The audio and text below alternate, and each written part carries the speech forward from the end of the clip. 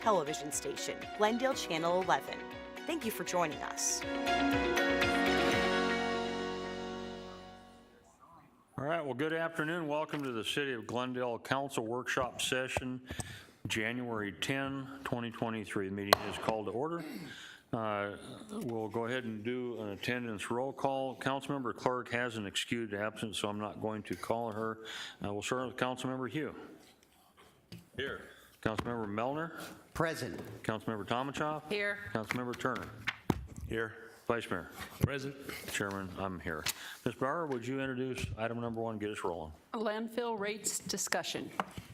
Well, good afternoon, Mayor, members of the council. Here for our first item will be presented by Michelle Watenko, our Director of Field Operations, and she'll be assisted by Michael Carr, our Deputy Director. Thanks. Thank you, Mr. Phelps. Good afternoon, Mayor and Council. This is a continuation of our October 2021 presentation we did to Council.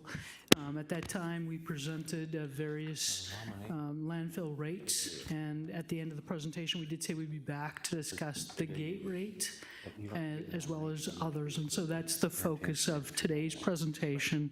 And just as a point that we did present this on January 4th to the Citizens Utility Advisory Commission, and they did give us consensus to bring this forward to Council. With that, I'd like to turn it over to Mike. Thank you, Ms. Wojtenko. So good afternoon, Mayor and council members. For this discussion, we will be going over the background of the landfill. We will explain the current gate rates and approved fees, discuss recommendations for rate adjustments, and then review an environmental surcharge fee. The City of Glendale landfill opened in 1973. The landfill operates as an enterprise fund, whereas it generates revenue to pay for operating and capital expenses from the fees that are charged to process waste. The landfill processes approximately 420,000 tons annually and is currently undergoing an expansion. The expansion will increase the life of the site by over 40 years.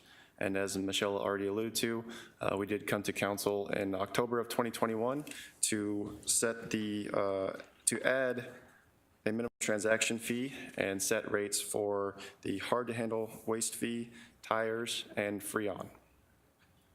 At that time, we did inform council that we intended to perform an environmental risk assessment and then come back to council with a rate model for approval. Operating as a city-owned site, our primary function is to provide essential service to the City of Glendale residents. This includes the processing of waste from our residential collections and our bulk trash cleanup. Additional benefits to the residents include free access to the landfill for one trip up to 1 ton per month, and then a reduced rate after that of $15.79 per ton. In the FY22 fiscal year, we did have 1,366 residents utilize the benefit. That included 456 tons at the no-cost rate and 431 tons processed at the reduced rate. The landfill gate rate is the dollar amount that we charge outside citizens, businesses, and cities to deposit waste at the landfill based on the weight. This includes the price per ton, minimum transaction fee, hard-to-handle waste fee, tire fee, and Freon evacuation fee. These rates are meant to cover operational expenses, ongoing site maintenance, and capital projects. This also includes regulatory compliance and additional expenses with capital items. The last increase to the landfill gate rate was in October of 2021, where council approved their current rate of $35.25 per ton, which includes our ADEQ fee of 25 cents per ton. On this slide, we have a comparison of the City of Glendale's gate rate with the surrounding landfills and transfer stations. As you can see, our gate rate is the lowest of any of the surrounding sites, and then our minimum transaction fee is higher than 2 other sites, but it is in line with the cost for processing the waste. We are making a recommendation that we continue to increase the landfill gate rate by $1 each year for the next 5 years. and mirror the same increase with the minimum transaction fee. At the end of the 5 years, the gate rate would be $40.05, and the minimum transaction fee would be $37.25. This fee will not have an impact on city residents and will only be applied to our current user base. In addition to the proposed gate rate, we are making a recommendation to implement an environmental fee. This fee is intended to cover potential environmental risks associated with waste disposal and to cover operational expenses related to risks, regulations, and ongoing maintenance. The landfill hired a consultant to perform an environmental risk assessment. The consultant identified 3 potential risks, which included water monitoring, stormwater runoff containment, and gas well system installation, maintenance, and monitoring.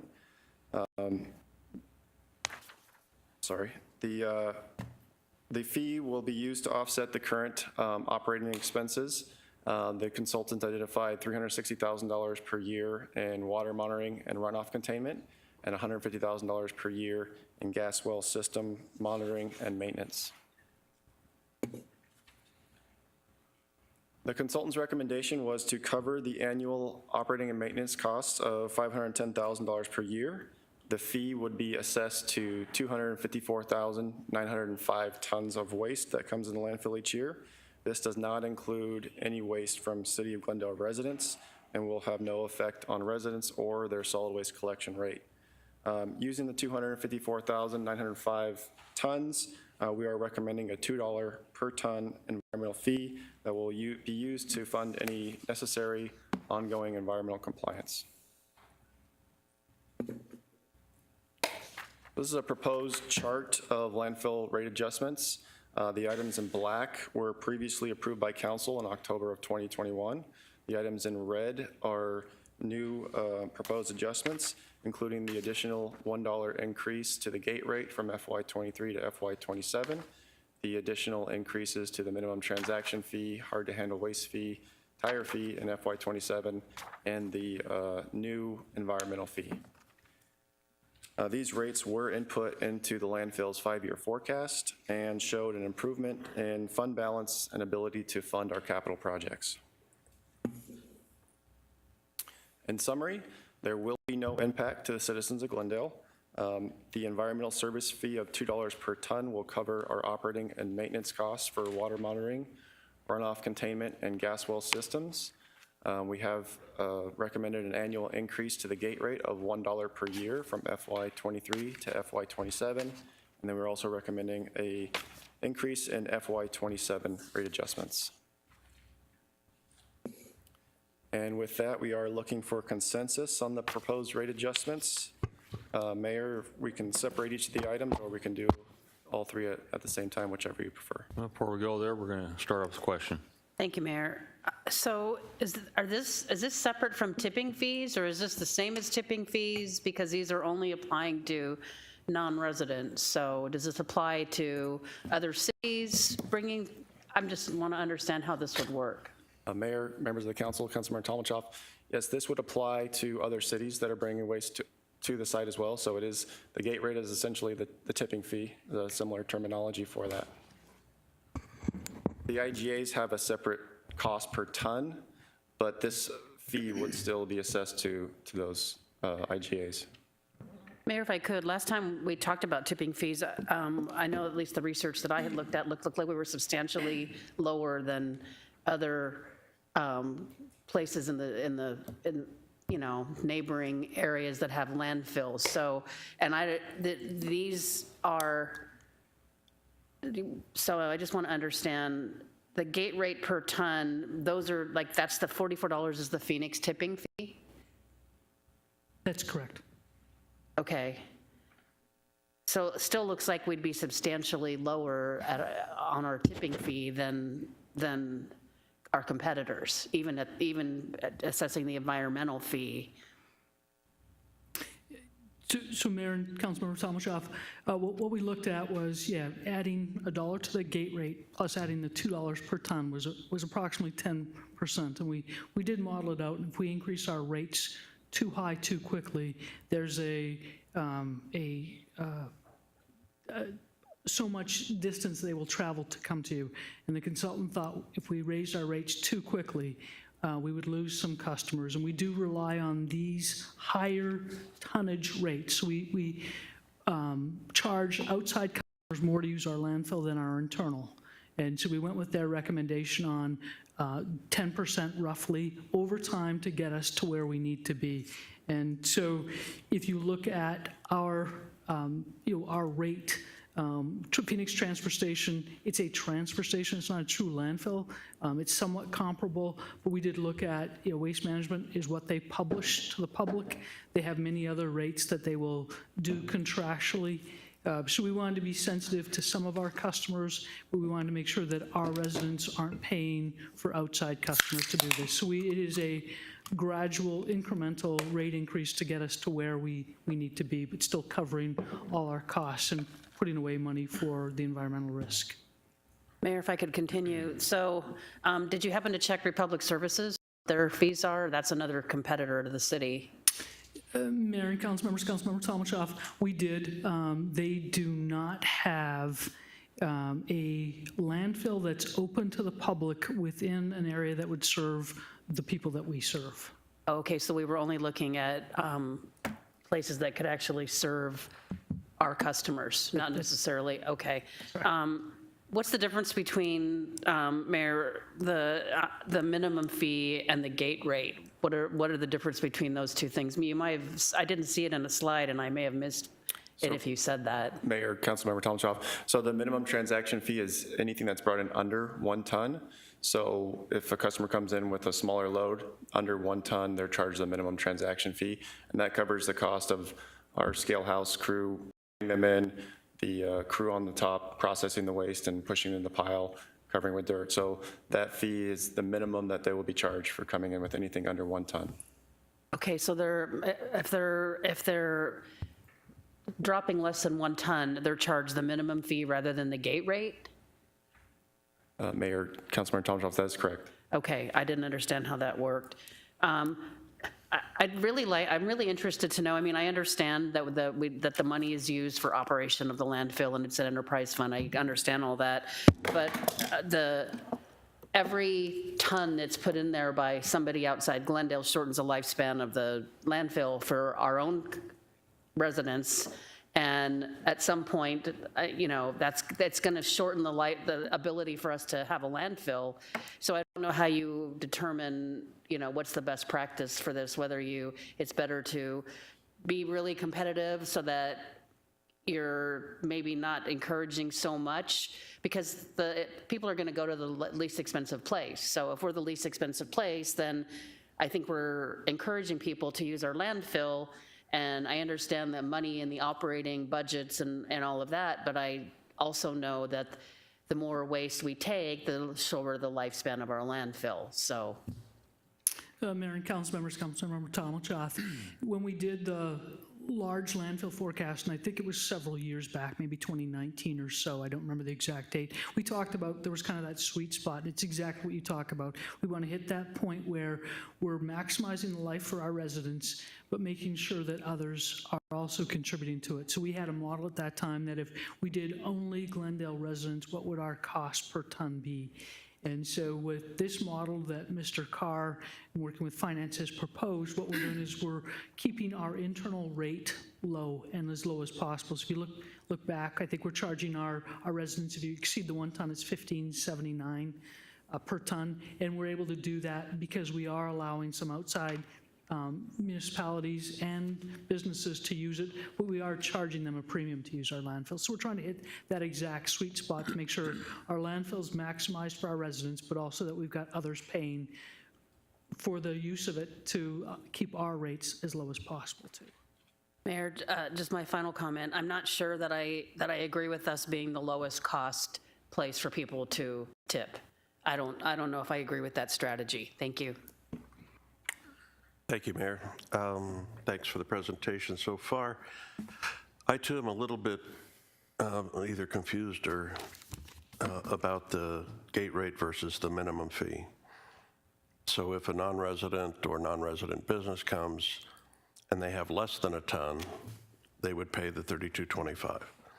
if they have more than a ton, would they pay, well, I guess one question is, when they have a partial ton, is that prorated, or do they pay the full amount for anything, like twice as much for anything over 1 ton, another 35 for anything over 2 tons?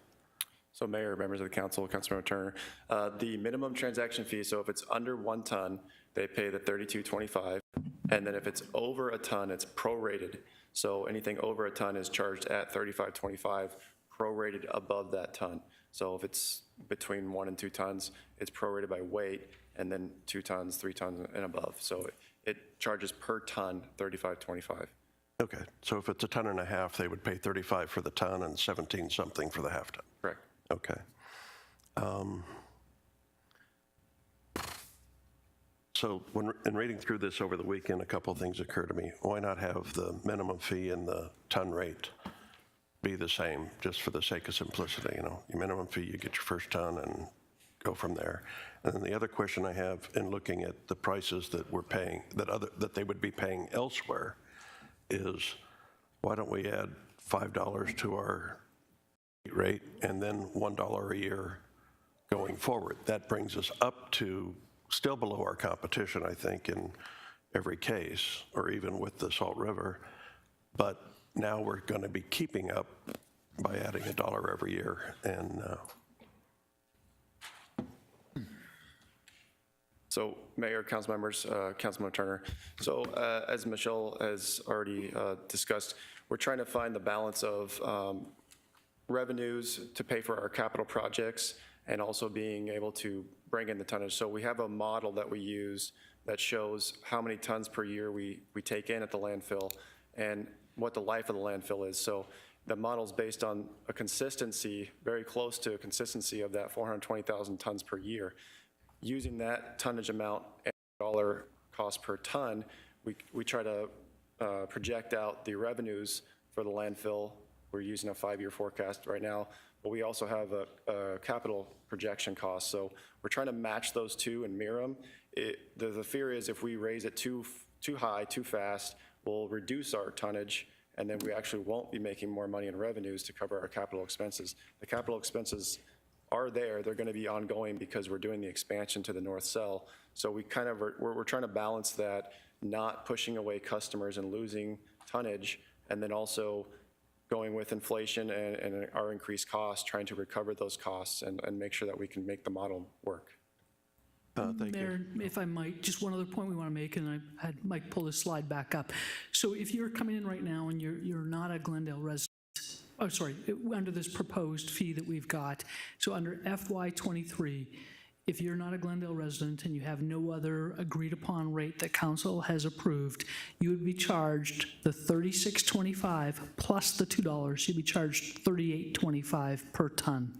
And so it's not like we're just going up $1 per ton. We're actually, the environmental fee applies per ton, not per load or per transaction. So in FY24, it's $39.25 per ton total that we would charge these people.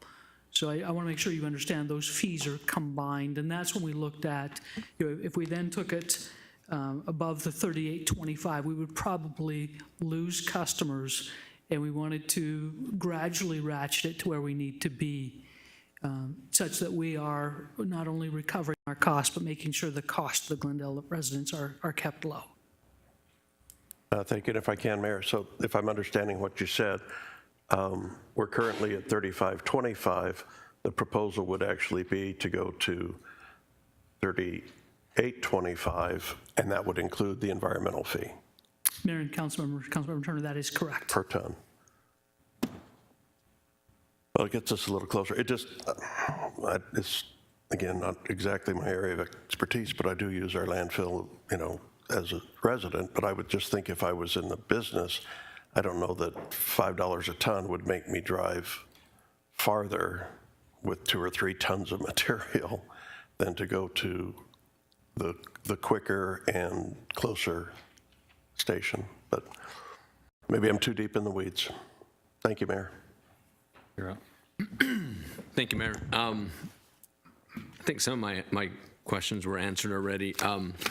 None of these increases affect Glendale residents. You've said that, correct? Correct. Now, and you may have already answered this, I'll just phrase it a different way. Was there any strategic thinking behind keeping our rates competitive? As Councilmember Tomachoff mentioned, it makes sense. Why would we want to be competitive if we're encouraging more to come in? But was there any strategic thinking on, because the West Valley is our partner, and we want to continue that partnership in a way that that Glendale is just being that bigger city and we're helping out? Or we just really want to discourage people from coming to Glendale, as the council member suggested? We want the space for our citizens. Sound like without them could cause some problems, but was there any strategic planning to this on just keeping our partnership solid with the West Valley cities? Mayor, Vice Mayor Aldama, that's a good question. Yes, we have a plan. So we have looked at the landfill capacity, current capacity, and then the capacity of the landfill expansion that we're doing. And we've projected out the volume of tonnage that it would take for us to complete that project, and then how much tonnage we have capacity for. So as I said, we're walking the line and looking at how much we can increase it and still have that tonnage coming in. If we lose tonnage, we're going to have to increase the rate either internally or somewhere else to regain that revenue. So we're trying to walk I wouldn't say revenue neutral line, but we're trying to make sure we're covering costs and funding our capital projects without charging so much that we push customers away and then we lose customers and lose tonnage. So we are modeling that, and we have, put this projection in our 5-year forecast to make sure that it does match our needs for expenditures and then our capital projects as well. Yeah, it's a fine balance you guys are having to maintain. Let me ask you this question. How many cities in the far West Valley outside of Glendale depend on our landfill for service? Any of them? The municipality, not just residents. Yeah, Mayor, Vice Mayor Aldama, we do have 3 IGAs, so Goodyear, Avondale, and City of Peoria. Okay. And then for any of our M&O costs or capital costs, do those agreements bring in revenue for those? Mayor, Vice Mayor Aldama, yes, they do. Can you share that a little bit so our citizens that are listening understand how those agreements work and how they pay their fair share for, and then how much space do they have within the landfill in those agreements? I think it's important for us to know. So Mayor, Vice Mayor Aldama, we don't have a specific amount that they're allotted. It's based on the price per ton that they bring in. And I would say that Peoria is our largest of the IGA partners. And I don't want to give you a wrong number. I wasn't prepared for that answer. But based on the number of tons that they bring in, their IGA is based on that tonnage. So they are actually helping to pay for the capital projects and improvements to the North Cell through the IGA. Is the fee within that IGA with Peoria, since they're the largest that you just mentioned, adequate for the amount that they're dumping that we are servicing now, as maybe opposed to when the IGA started? Okay, Mayor, Vice Mayor. The fee that they're currently under will be up for renewal in FY24, and that's when we can make adjustments to that fee if we need to. So while we may look, I don't know if we're going to raise that, but if we did, would you still need to would you still have to have these increases today that you're requesting? Mayor, Vice Mayor Aldama, yes. How soon will we see those IGAs? Mayor, Vice Mayor Aldama, we do have the Goodyear IGA is coming up for renewal, I think on the 24th of January, and that's just a pre-renewal before that expires in July. But they're on different dates. So Peoria, I know, is 2024, so July 2024 is when that one expires, or is up for renewal. Avondale's, I am not quite sure on the date. I think it was in 25. Okay. So they're in place and currently undergoing. But we do have the ability to amend those and make adjustments if necessary. Okay. So it sounds like there is we obviously have a partnership with the Far West Valley cities, but there is an active partnership with several cities with our landfill. If the city manager, if you could get council the dollar amounts of those agreements we have with those 3 cities, I believe they're 3, that'd be great. Thank you. Thank you, Mayor. All right. Before I go to you, City Manager. Well, Mayor, members of the council, just to kind of build on Ms. Watenko's, I want to kind of give you what the thinking is of the team in terms of how we derive. You really have kind of three different approaches to this. One, we could just say we don't want to have any outside customers. That would then gain us the most amount of time in terms of capacity. But as we stated back in 2019, is that would also require us to pass that on to our residents because the capital costs now are being fully borne by our residents. So that's kind of one extreme. The other extreme, I think Councilmember Turner kind of said, why don't we get very aggressive, or somebody suggested maybe we get very aggressive with our rate. But as Councilmember Tomachoff mentioned, that does the exact opposite. It shortens our lifespan. So what the staff has tried to do is to say this: we want to maintain as lower rates as possible for our citizens. We want to set a pricing that contributes as much to the capital improvements, kind of as a subsidy to the capital improvements, without taking up maximum amount of our capacity. So that then became kind of is the sweet spot is referred to, is that we want to set a rate high enough that we don't lose substantial customers, and at the same, because that then will contribute the max amount of money to our capital plan.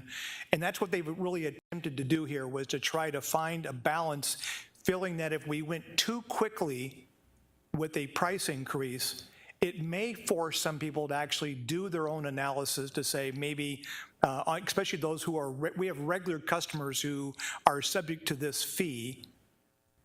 It would maybe force them to relook at, maybe it does make sense for them to go somewhere else. So we're trying to find that kind of that spot in the middle of preserving as much capacity for down the road, at the same time allowing outside customers to offset the capital costs that we would have to bear ourselves by our citizens otherwise. So again, it's I know they've thought through this a lot, and the direction we received in 2019 was to continue to push towards having outside customers and then continue to come back to the council with, rate plans, which is one of the things we're doing today.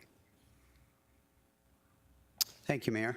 I want to go back to the environmental fee real quick. One of the items that you mentioned was a gas well system maintenance or ongoing expense. Is that net of any revenues, and do we have a contract in place yet regarding the sale of the gas from the plant? Mayor, council members, Councilmember Malnar. The gas well systems that we're referring to on this is the installation of the gas well systems that we have to currently monitor under our ADQ permit. We monitor the wells, we install them, we maintain all of the lines that are running through there. So this cost is what we currently are spending annually to keep maintenance and regulatory compliance on those wells.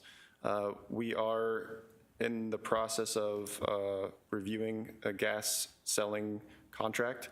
I hope to get that before council very soon.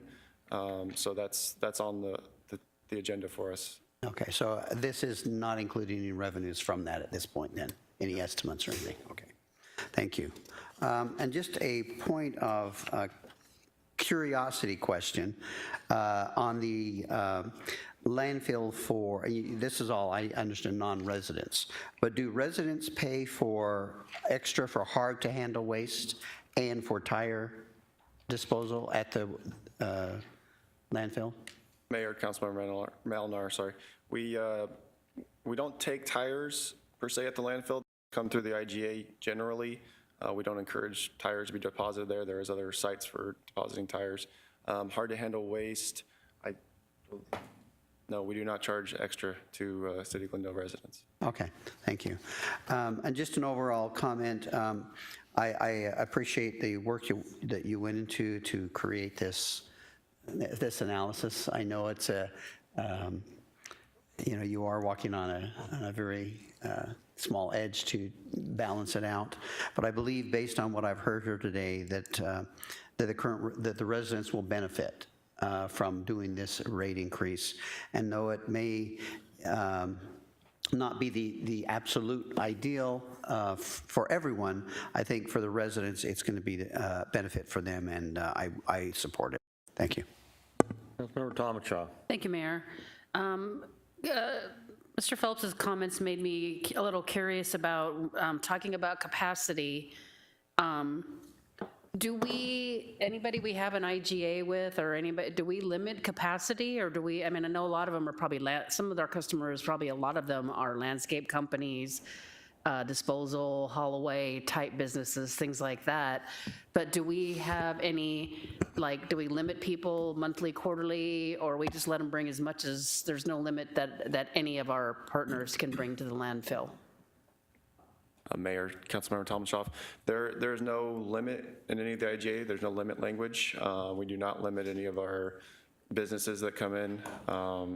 We have a projection, and we use prior history to look at how many tons that we brought in, and then we project out, with an inflationary factor of how many tons we could be bringing in. And then, like I said, we do have a model that we use to project the airspace volume of the landfill, how much airspace we're going to fill in each year, and then how long the life of the landfill is. So that's why we're projecting over 40 years of life remaining at the landfill. Mayor, just 40 years?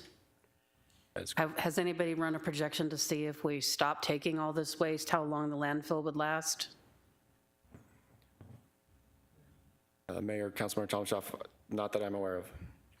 Because the landfill, Mayor, is a huge asset to our residents, and 40 years, while it sounds like a long time, is not really a very long time, and then our residents are at the mercy of, whatever the market is when our landfill runs out of space. So that's my only concern, is preserving that asset for residents as long as we possibly can. So I'd just like to at least understand if there's been any performance run to see, like if we scaled back on some of this.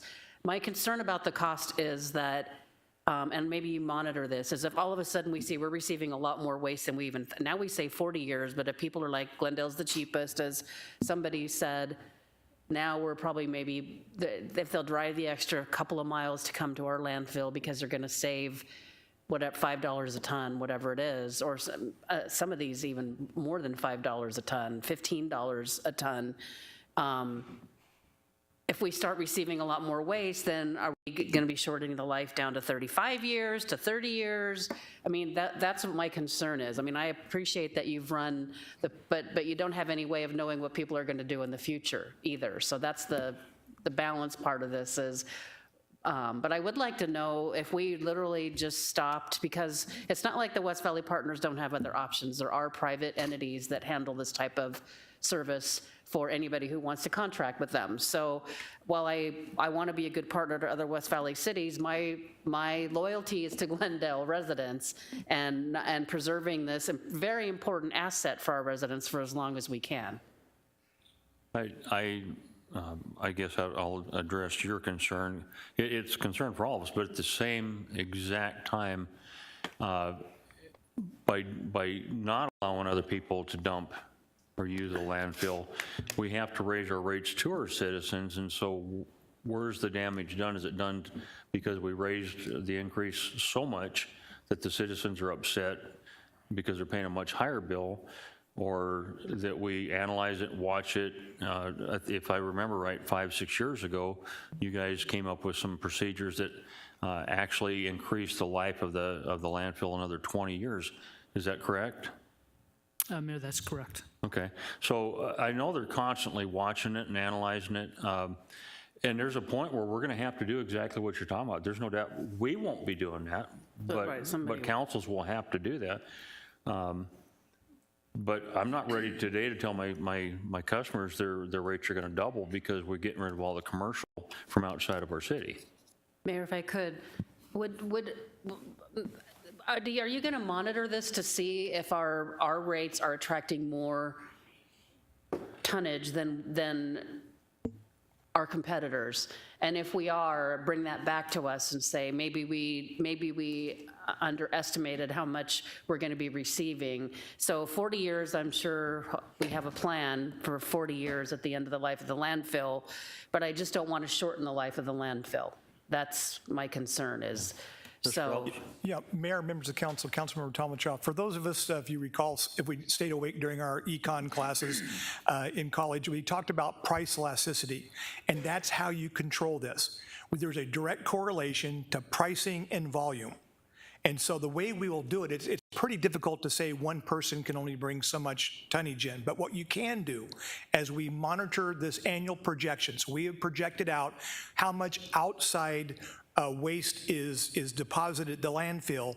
You use pricing at which to keep that going. So, it may mean we have to have a more aggressive pricing where we increase prices more as a way to control the volume that's coming in. So there are tools you can do to, you can do that without necessarily telling an individual person you can only come once a month and dump off. So it's a great question. It's what we want to do. We want to make sure that there's a correct balance of outside volume that is paying more to help keep our rates low for our citizens, at the same time not accelerate our capacity to go from a 40-year capacity to a 25-year capacity. And the way you'll do that is through our pricing, and that's why we'll come back every few years and have that discussion where we can monitor the amount of volume. If we see a significant increase in outside volume, it would be staff's recommendation to this council to raise that outside rate higher. If it falls off to where our revenue of outside volume is dropping off to the point that it's affecting rates for our citizens, we would also come back and maybe discuss strategies for maybe adjusting the pricing to again, find that spot in the middle where we get capital contribution by non-Glendale residents. But it really is the pricing elasticity is what will do that tool, and it's really the most effective way to do it, which is why I think it's good to continue to bring these workshops back on a regular basis and discuss kind of where we're at. thank you, Mr. Phelps. That was my concern, is because this is basically a 5-year plan, but it's going to be continued to be monitored. And if we go from 200 and whatever it was, 295,000 tons, I think is what it said. But if we end up, it's 350, 375, then you'll bring this back to us and say we've got to increase our rates. We've got to at least discourage some of that. We don't want to be attracting more than what we've planned for. Okay, thank you. Thank you, Mayor. Yeah, this department is very complex. It's a little different than water, but very, very complex, one that sometimes we are not the experts in. I think what Councilmember Tomachoff is explaining is precisely what you're bringing us today. You're bringing us the best interests of the citizens of Glendale and longevity term of service from the landfill. So I'm ready to get my consensus. I'm okay with everything in the presentation, but I think what you're doing is you're balancing it so that we get the most out of the 40 years. And who knows, as the mayor mentioned, we may not be here by then. There may be a different way to expand what we already have from 40 to 50, but I trust that you guys have done your homework on this, and it is in the best interest of the citizens to go through this plan. So I'm ready to give my consensus. Thank you, Mayor. Is there a consensus for all the above? Yes. Yes. I don't know what all the above means. I think you had two different things. So Three Mayor, different things. Staff it's the recommendations. environmental service fee of $2 per ton, the annual increase to the gate rate of $1 per year, and then the FY27 adjustments of $1 for the adjustments. All the above. Yes. Looking, okay, we got it, yeah. Thank you. Thank you. Item 2. Discussion on Glendale's opioid settlement funds. Mayor, members of the council, here to provide staff report on item number 2 is the City of Glendale's Public Health Fellow, Elise Smith.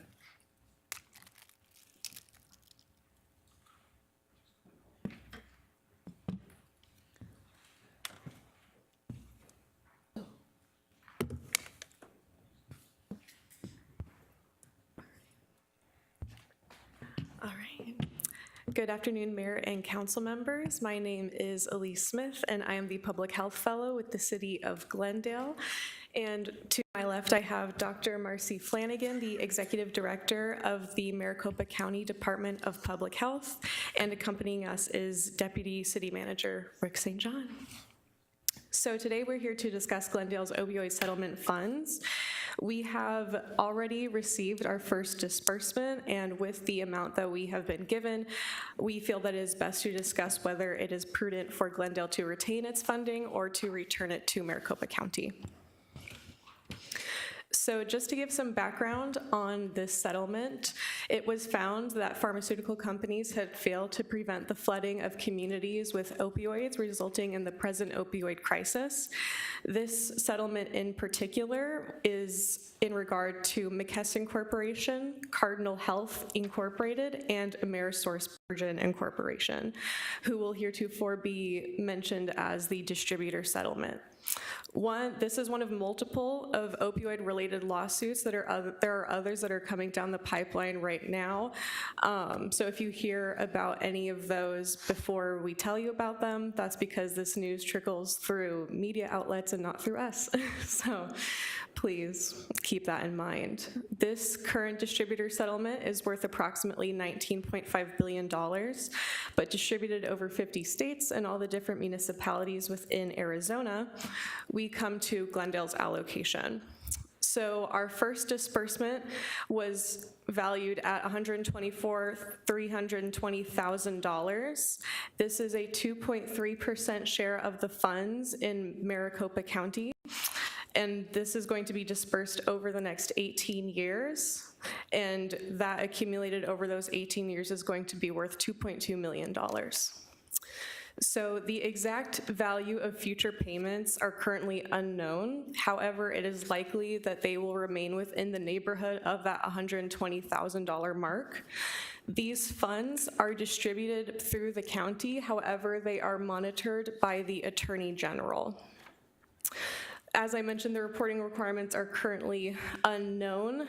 However, we do know that we are required to spend the money across any of 9 domains identified in the One Arizona Distribution Agreement. And this agreement exists between the state and Glendale, not the county. As I mentioned before, and what I would emphasize is that the county is merely the distributor of the funds, not the monitor. And so those 9 eligible spending domains are as follows. So one is expanding harm reduction programs. For those who are not familiar, harm reduction programs are a set of practices and tools aimed at reducing the harm associated with substance use and preventing the spread of disease, death, and infection. One such example is naloxone, which is another one of our domains, which you see here, broadening access to naloxone, also commonly known as Narcan, which is an opioid overdose reversal drug. Another strategy is to increase the use of medications to treat opioid use disorder, such as medication-assisted treatment, rich prevention strategies, increase warm handoff programs and recovery services. For those not familiar, warm handoff programs are when 2 service providers communicate and coordinate the transfer of care of a client. So instead of just giving them a phone number, they instead would meet in their office or some other setting to make sure that that client is being taken care of. Another spending domain is to improve treatment in jails and prisons, provide treatment during pregnancy and postpartum, expand services for neonatal withdrawal syndrome. This is when an infant is exposed to substances while in the womb. And lastly, to support data collection and research. And so when Glendale agreed to take on these funds, they also took on a public health fellow. So this brings us to the public health fellowship. This is being run through Maricopa County. There were public health fellows assigned to 6 different cities and sites with the highest populations in Maricopa County. The fellows in this position are dedicated to understanding and formulating interventions related to substance use and mental health. And I want to emphasize those 2 topics, substance use and mental health, in that these funds cannot be spent on housing exclusively. It must, although housing is something that is intrinsically related to substance use and mental health, these funds cannot be spent just to create like a housing project. It would need to be a housing project specifically for people who use drugs and so on. The goal of the fellow is also to enhance information sharing and collaboration between the city and the county, and this also enables us to share best practices and combine efforts where it is efficient. Those in this position began in September of 2022 and will be serving for a period of 2 years. The salary of the fellows is fully paid for by Maricopa County, but I would like to emphasize that after those 2 years, the next public health fellow that may come into Glendale will not be explicitly working on the same topic of work. And so here is a little breakdown of me. I am the City of Glendale's Public Health Fellow as it stands. And so what I bring to the table in this position is I have a Bachelor's of Social Work from the University of Utah, and I also have a Master's of Public Administration from Arizona State University.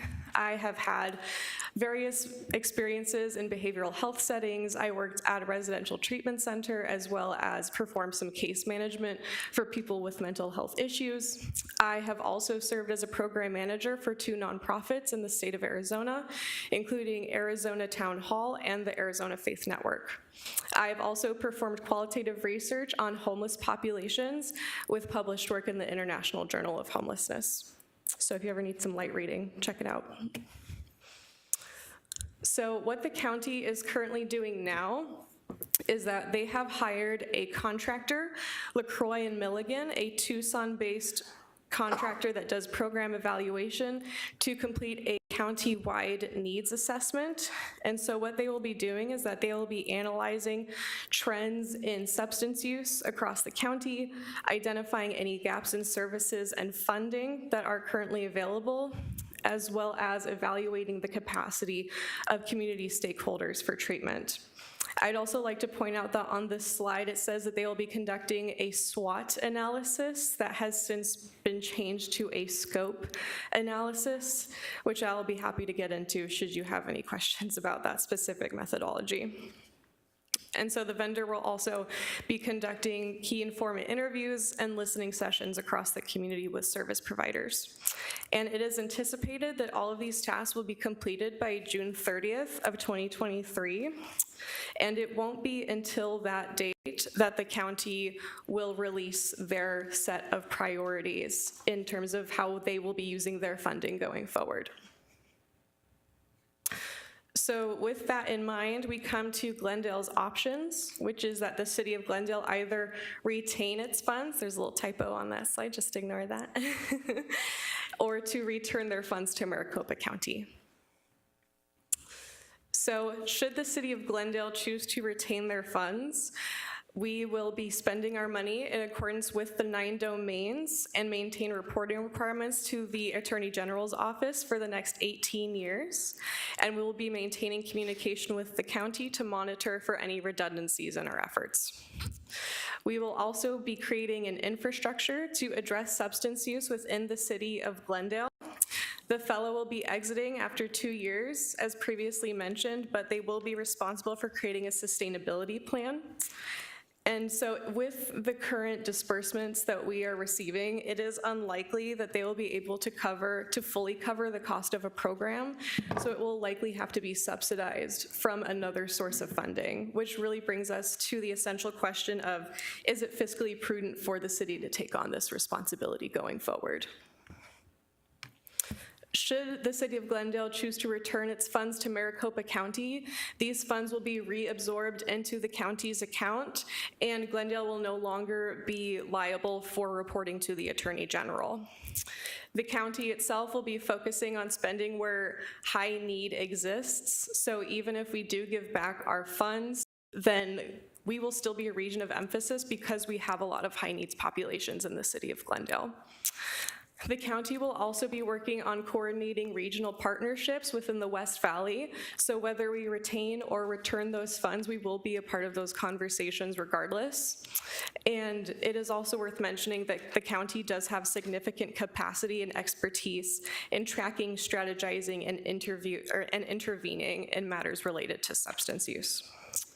And regardless of the city's decision, it is the intention of Maricopa County to support Glendale in taking on this task and helping to define what is appropriate for the needs of our community. And so with next steps, we are waiting for the city to submit a decision whether to retain or return the settlement funds. However, there is not a hard deadline on this decision, and this decision does not need to occur immediately. So some things that we can look forward to that may inform this decision are the county needs assessment results to see where the county wants to spend those funds, should we return them, and reporting requirements that may be associated with these funds. Hopefully with the new incoming Attorney General, those will be given to us soon, but we don't know for sure. And also looking at what cities in the region are doing. For example, the city of Surprise have already returned their opioid settlement funds, and it is yet to be seen what other cities in the West Valley will be doing. So that's what we got. Go ahead. If we choose to retain the dollars, the 9 eligible spending domains, does the city of Glendale need to administer that, or can we get those dollars to nonprofits who administer this type of resources?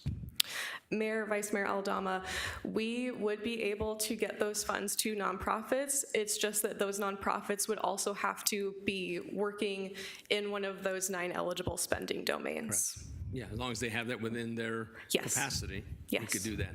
And then the first disbursement is $124,000. We don't know the value of the next, but we're getting 18 years of payments? Yes, that is correct. Oh, God. So I can tell you that the city of Glendale, along with other cities, have been impacted by the opioid damage, I should say. And we have demographics in Glendale that really need the resources. At this point, I'm not, well, before I go there, are you suggesting, or maybe the city manager can address this, is there a concern that we don't have staffing to manage this and get it out to folks? Mayor, Vice Mayor, we don't anticipate that the reporting requirements to the Attorney General will be too intrusive. We think it'll be pretty simple. And we think that by maintaining the public health fellow, and that's one of the things that I think we should discuss as council talks about this, if we give the money back to the county, it's very likely that the public health fellow will go back to the county with that money. So we would lose that opportunity to develop a plan and a sustainability plan after the fellowship is over in about 18 months now. But we don't anticipate that it's going to be a heavy lift to report to the Attorney General on this. So that's just something to keep in mind as you're discussing. Well, thank you. That answers my question. At this point, I don't see why we wouldn't want to retain those dollars and apply them where we feel it necessary, where we were most impact. 1, 2, where does data demonstrate where opioids were most destructive in the city of Glendale? And I can tell you it's probably all parts of the city. I would say right now that we retain those dollars, and then it sounds like there's not a lot of staffing needed, but we address that as we go. But I would say we retain the dollars. It happened in our city. I think we should control where that's going, how it's most impactful to us. Thank you. Thank you, Mayor. So is the county retaining a portion of the funds and distributing a portion of the funds? Are they distributing all of the funds to cities and then they're going to get back whatever gets sent back to them? Or how is the financial distribution working? Mayor and Member Tomilchuk, the county does have a portion of the funds that stay with the county. So the Public Health Department is the fiscal agent for these funds for all opioid settlement dollars through the One Arizona agreement. So any future opioid settlement dollars will be handled the same way. There's a portion, which is the largest portion of the funds that come to Maricopa County, do stay with Maricopa County Department of Public Health, and then we distribute funds out to all the other jurisdictions that are part of the One Arizona agreement. So part of our funds will be used across Maricopa County. So in addition to the funds that if Glendale decides to keep the funds and use them here in your community, there will also be work likely that will happen from Maricopa County Public Health that we will continue to work with your liaison or your public health fellow, whoever you have, or staff that are working in this area to share what comes back from our contractors and identifying needs regionally and supplement and also enhance services in your community. Mayor, if I could continue, so thank you for that. That does make sense. I'm a little, I mean, we don't have to decide today. I'm a little torn because I mean, Maricopa County already has a health department. They already have these programs. They already have a lot of the infrastructure in place to manage something like this. Councilmember Aldana or Vice Mayor Aldana mentions using a nonprofit. Who would be responsible if we distributed, just acted as a pass-through? And possibly the county may be doing the same thing as directing funding directly to nonprofits too. But if we acted as a pass-through, whose responsibility is the reporting then? If we pass through the money to nonprofits? Mayor, council members, the responsibility would still be on the jurisdiction that the funds were assigned to. So if you pass it through to a nonprofit, you would still be required to do all the reporting to the Arizona Attorney General's office. Okay, thank you, Mayor. My other question is the fellow that we have for 2 years, but I mean, if we feel that that's a worthwhile endeavor for our citizens, for homelessness, for addictions, for other things, I mean, that can be rolled into a community services full-time position. We don't necessarily need this $124,000 a year to fund this position. So I think we should just sit back and wait and see. I mean, my initial instinct is to give the money back to the county because I think they could do more good with more money. $124,000 really isn't going to probably make much of a dent in anything we're doing here. My last question I have though is Narcan. Are we still getting that through grants? I mean, how are we funding? And I don't even know how much we're using. I mean, I think we use a pretty good amount of it. I believe that Narcan is funded through the state, and so we are getting that for free still for our law enforcement. But there's also a provision within the contract that says that with the funds that we are given, we are allowed to spend them on providing Narcan to law enforcement officers and first responders. Sorry. So, Mayor, my question is, do we need additional funding for Narcan then, I guess? Mayor, Councilmember Tommelchoff, today we don't. 18 years from now, 15 years from now, we don't know whether there will be a cost. Okay. All right. Well, my instinct, at least for right now, is since we don't have to decide today, that we just sit tight. Is Maricopa County going to be working through MAG's continuum of care and figuring out programs and things like that, which is, it's a really big problem, and I feel like we don't really have the infrastructure to really make a difference with $120,000. Thank you, Mayor. Typically, I like to wait to go last, but in this one, I'm literally actually kind of torn between both Vice Mayor and Councilmember Tommelchoff. I don't want to wait, but at the same time, I don't want to jump in either. So I think what would be most beneficial is if you or someone from your department could give us a simulated idea of how this would work if we keep it. You know, who are we going to have, how much do they get paid? Just give us a rough idea how it's going to work. I can pretty certain that if we tried to keep on a full-time person, that pretty much eats all those funds up with all the benefits. Then how do we accomplish anything after that? So I'd like a better idea of where the money would go, who would be doing it, how would it be administrated, how much money are we going to be spending? Because I think we're going to exceed what the amount of money is, which is where I'm torn between Councilmember Tommelchoff saying, if that's the case, wouldn't we be better to just give it to the county and let the county administer it? At the same time, we have issues that the county probably doesn't pay as much attention to, local folks that do need help. So I'd like a better idea of exactly how the program would work if we keep it. Yes, and Mayor, members of the council, I'd also like to state too that these funds, there is a 15% cap that is implemented for administrative fees. So even if you wanted to supplement a salary with it, it would only be 15% of that 120 odd sum. So you work cheap is what you're saying. I get paid through a different source within the county, so Okay.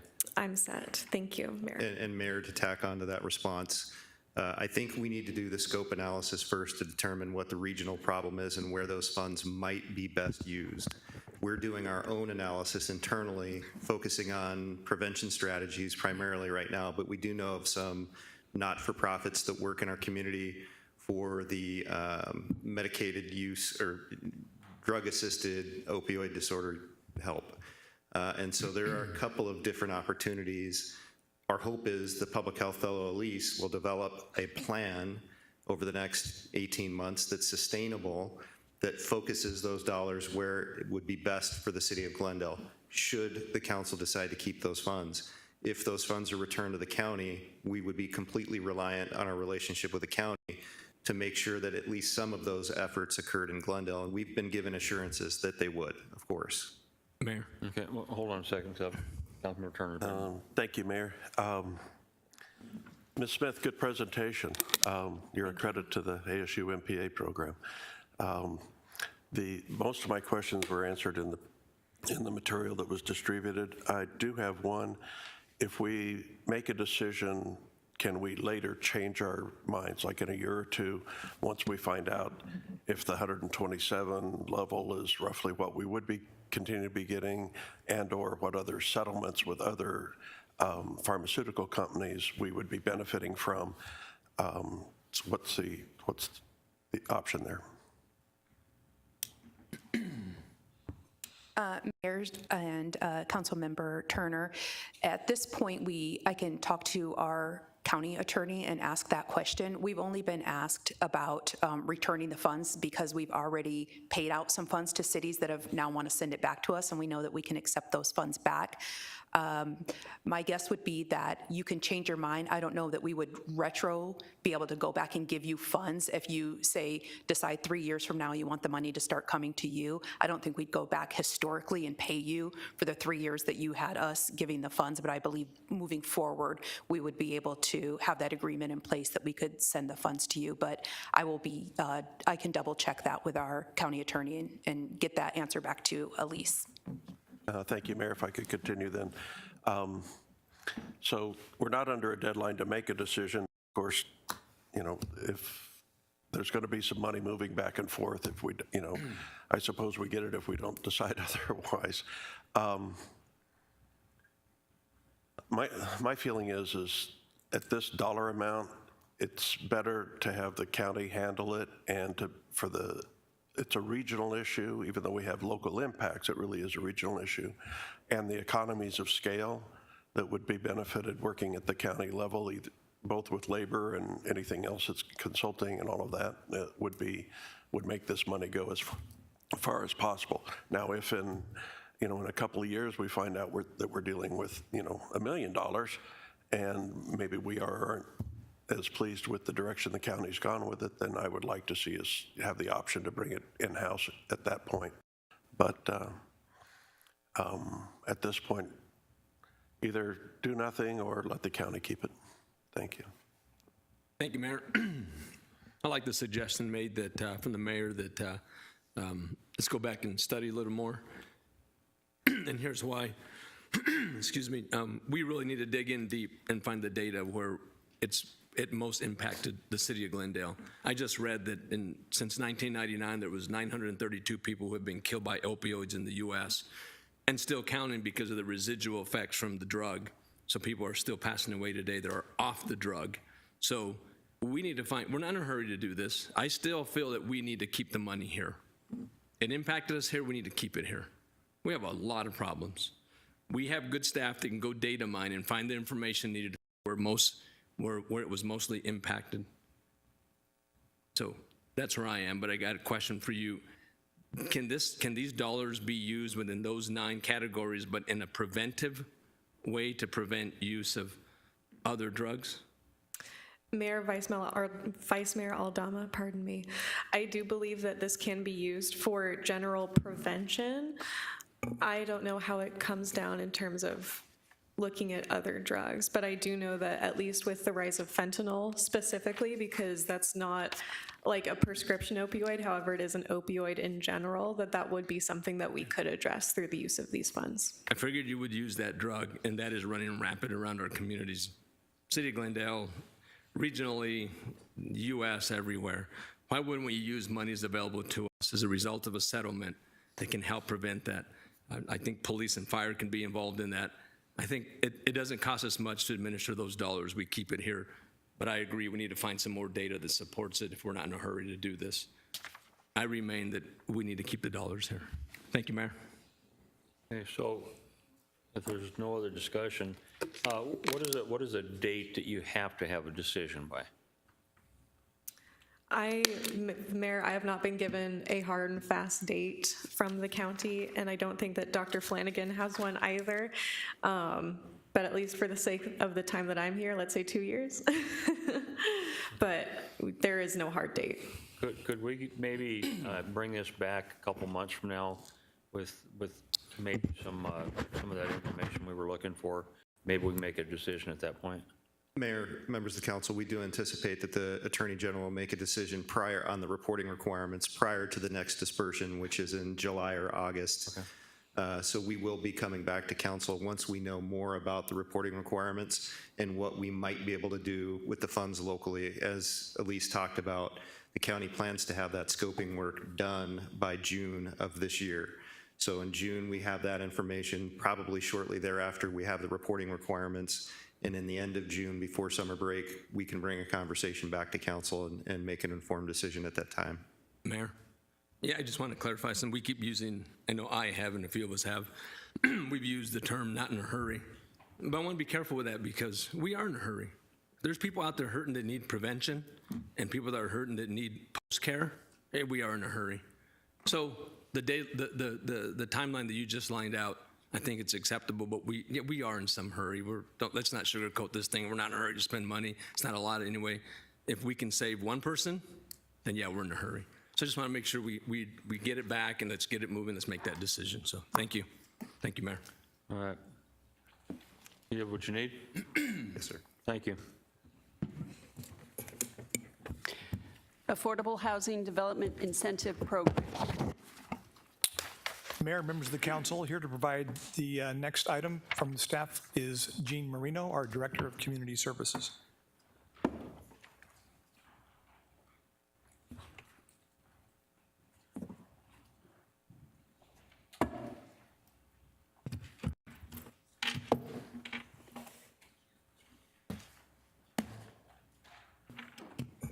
Thank you, Mr. Phelps. Good afternoon, Mayor and Council. Today's presentation, I will be discussing with you a couple of proposals as it relates to incentivizing affordable housing development here in the city of Glendale. I'm going to provide a little bit of background and information regarding current conditions of what's happening with housing in Glendale, talk a little bit about the benefits of affordable housing and affordable developments, what they actually mean, what that looks like. Also talking about the current state of affordable developments that are in progress. And then two proposed programs that I'm looking to get some consensus direction from council on today, a proposed fee waiver program, and then a proposed gap funding pilot program. So I know that my slides include a lot of information and data. I'll try to be brief. This is just a little bit of information about workforce and income conditions in Glendale as compared to Maricopa County and then the United States. So the civilian labor force percentage there basically represents the percentage of our population that's in our workforce. So about 64% of our population that is active in our workforce. The median household income you can see there for the city of Glendale is $60,499 as compared to the median household income in Maricopa County of $72,944. And then the persons living in poverty in the city of Glendale, 17.3% as compared to 11.3% in the county. Of note of our population, I think one thing that's very important to consider because the persons in our community disabled are often consumers of affordable housing. So it is important to kind of take a look at that information. So the disabled persons under 65 here in the city of Glendale is about 10.4%, a little bit higher than the Maricopa County average of 7.9%. So a lot of times the discussion around affordable housing centers around poverty. A lot of times it is the low income housing or low income populations, low to moderate income populations that are the consumers of affordable housing. So in Glendale, I already mentioned our poverty rate. So what that equates to when you look at our overall population is about 1 out of every 6 Glendale residents is currently living in poverty. When you look at the long-term impacts of poverty on a community, on services and like that, and especially around child poverty, especially when you're talking about opportunities to reduce the cycle of poverty amongst generations of families. There's studies out there that show that child poverty costs more than $1 trillion per year across a variety of lenses, so including lost economic productivity, health, et cetera. And then the unstable housing amongst families is also a really critical component to look at. But essentially, there's studies out there that are showing between 2017 and 2027 that the unstable housing amongst families cost the U.S. $111 billion in avoidable health and education costs. The main point of this slide is to understand that housing is a significant component to the overall health of an individual and ultimately the overall health of a community. So in Maricopa County, there was a 22% increase in unsheltered homelessness between 2020 and 2022. The reason I highlight this is because you can't talk about housing without understanding how it impacts and influences homelessness, especially when you're talking about shortages of housing in general, but also shortages of housing that's affordable for families, but also housing that's affordable for low to moderate income households. So the Arizona Department of Housing is currently estimating that statewide, there's a shortage of about 270,000 housing units. That's not exclusively affordable units, that is just housing units in general, single family, multifamily, et cetera. The National Low Income Housing Coalition research suggests that in our county, in our state, that there's a need for approximately 140,000, a little more than 140,000 units that are needed for households that make 30% of the area median income or less. And then I think we all know that the supply and demand issues are really affecting the cost of housing. And so MAG is reporting, MAG does a really good job of providing information on their website. Since 2017, there's been about a 68% increase in apartment rents alone. Apartment rents obviously impact our families that are at low to moderate income very significantly. So I get this question quite a bit, what does it mean? What is the measure of affordability? And so basically it means that housing that a family or a household can obtain that costs them 30% of their income or less.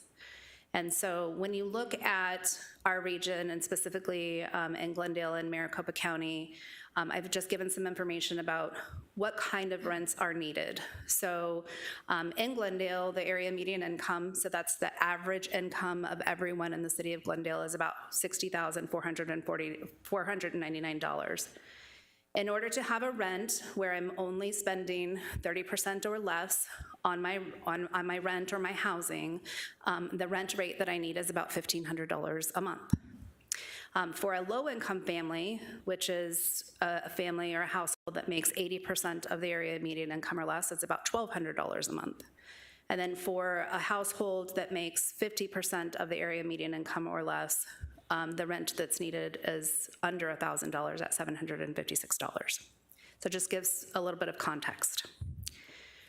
For this next slide. So on this next slide, this is the apartment rents. This is specifically in Glendale. This is data that's put together by MAG. It's out there on their website. And it shows some trend analysis of apartment rents. And so you can see on the far left in Q4 of 2010, there was a pretty decent mix of housing, and you can see that blue bar shows that housing that was available that was under $500 a month. And so a little less than 40% of the units in Glendale were available at under $500 a month. So that, obviously, it was a very long time ago, 12 years ago. So fast forward, when you get to Q4 of 2018, you can see, obviously, that middle rent between $500 to $1,000 is the largest component part. But if you keep going forward to 2020, you can start seeing the introduction of rents that are over $2,000 a month. And again, this is for apartment rents only.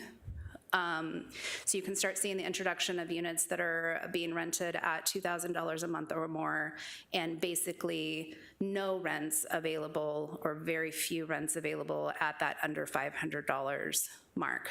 So currently today, based on the most recent information, Q3 of 2022, you can see a majority of the rents in Glendale are between $1,000 and $1,500 for a family at 80% of the area median income is in the right spot, but that over 2,000 is obviously growing, which is not bad. You have to have housing diversity in your community, but we also have to pay attention to that middle. So I want to talk briefly about the benefits of affordable developments. I know that I've spoken to the council previously about affordable developments and what that means, and I think it's important for the community and the viewing public to also understand a little bit more about affordable developments. So when you drive down the street and there's a development, an apartment community that is required to keep their rents at lower rates, you're not going to be able to see the difference because those developments are still developed in accordance to with our design standards, our zoning requirements, and all of that. So a person from the general public is probably not going to know that that particular apartment community is required to rent their units at less than a market rate. Other benefits of affordable development, obviously the occupancy of those developments remains steady. Those developments also create jobs in our community through construction, but then also through the management of those facilities. Those developments also generate one-time construction sales tax directly to the city of Glendale that we use in our general fund, as well as ongoing tax revenue through the leasing tax. The other main benefit that I wanted to point out as it relates to affordable developments versus just strictly private market rate developments is that the developers are typically long-term owners of those properties, which means you have a lower churn rate on your property management companies or your property management staff. They're invested in the success of the development. They want to ensure that if there are any issues with residents or anything like that, they're on top of them, they're addressing them, and they're overall contributing to that long-term stability in your community. They typically are very good community partners, and they have that vested interest, and they're a mission-based company and organization. I think the most important point here on this slide, however, is the reason why it's important for a community to have a mixed portfolio of initiatives as it relates to housing is because when you can provide stable, safe, and quality housing for low to moderate income households in your community, then you're taking one thing off of the plate that they don't have to necessarily worry about so that they can focus their energies in other areas like improving income capacity, education, and so on and so forth. But most importantly, families who need affordable housing, because housing is very expensive, they don't have to make those hard decisions about whether or not to pay the rent or put food on the table. And those are very real decisions that a lot of low to moderate income families have to make every single day. So currently, I am very proud to report that the city of Glendale has a number of developments in the pipeline. This slide here shows the work that has transpired over the last couple of years, and I want to say thank you very much to our Development Services Department because they have been a significant partner in helping to move these projects forward. Several of them had to go through rezoning processes, which can be challenging, but our team has been diligent and has really worked very hard and in partnership with the developers and obviously with my department as well to have these projects happen. Just for context, so you can see here that there's a total of 2, 4, 5, 6, 7 projects here that's about 1,300 units. For context, since the beginning of the tax credit program with the Arizona Department of Housing since 1989, there have been 12 of these affordable developments created in the city of Glendale. So you can see that there's a lot of interest in development in Glendale. I think a lot of that has to do with our reputation of being a good partner and our ability of our development services team to help these projects move forward.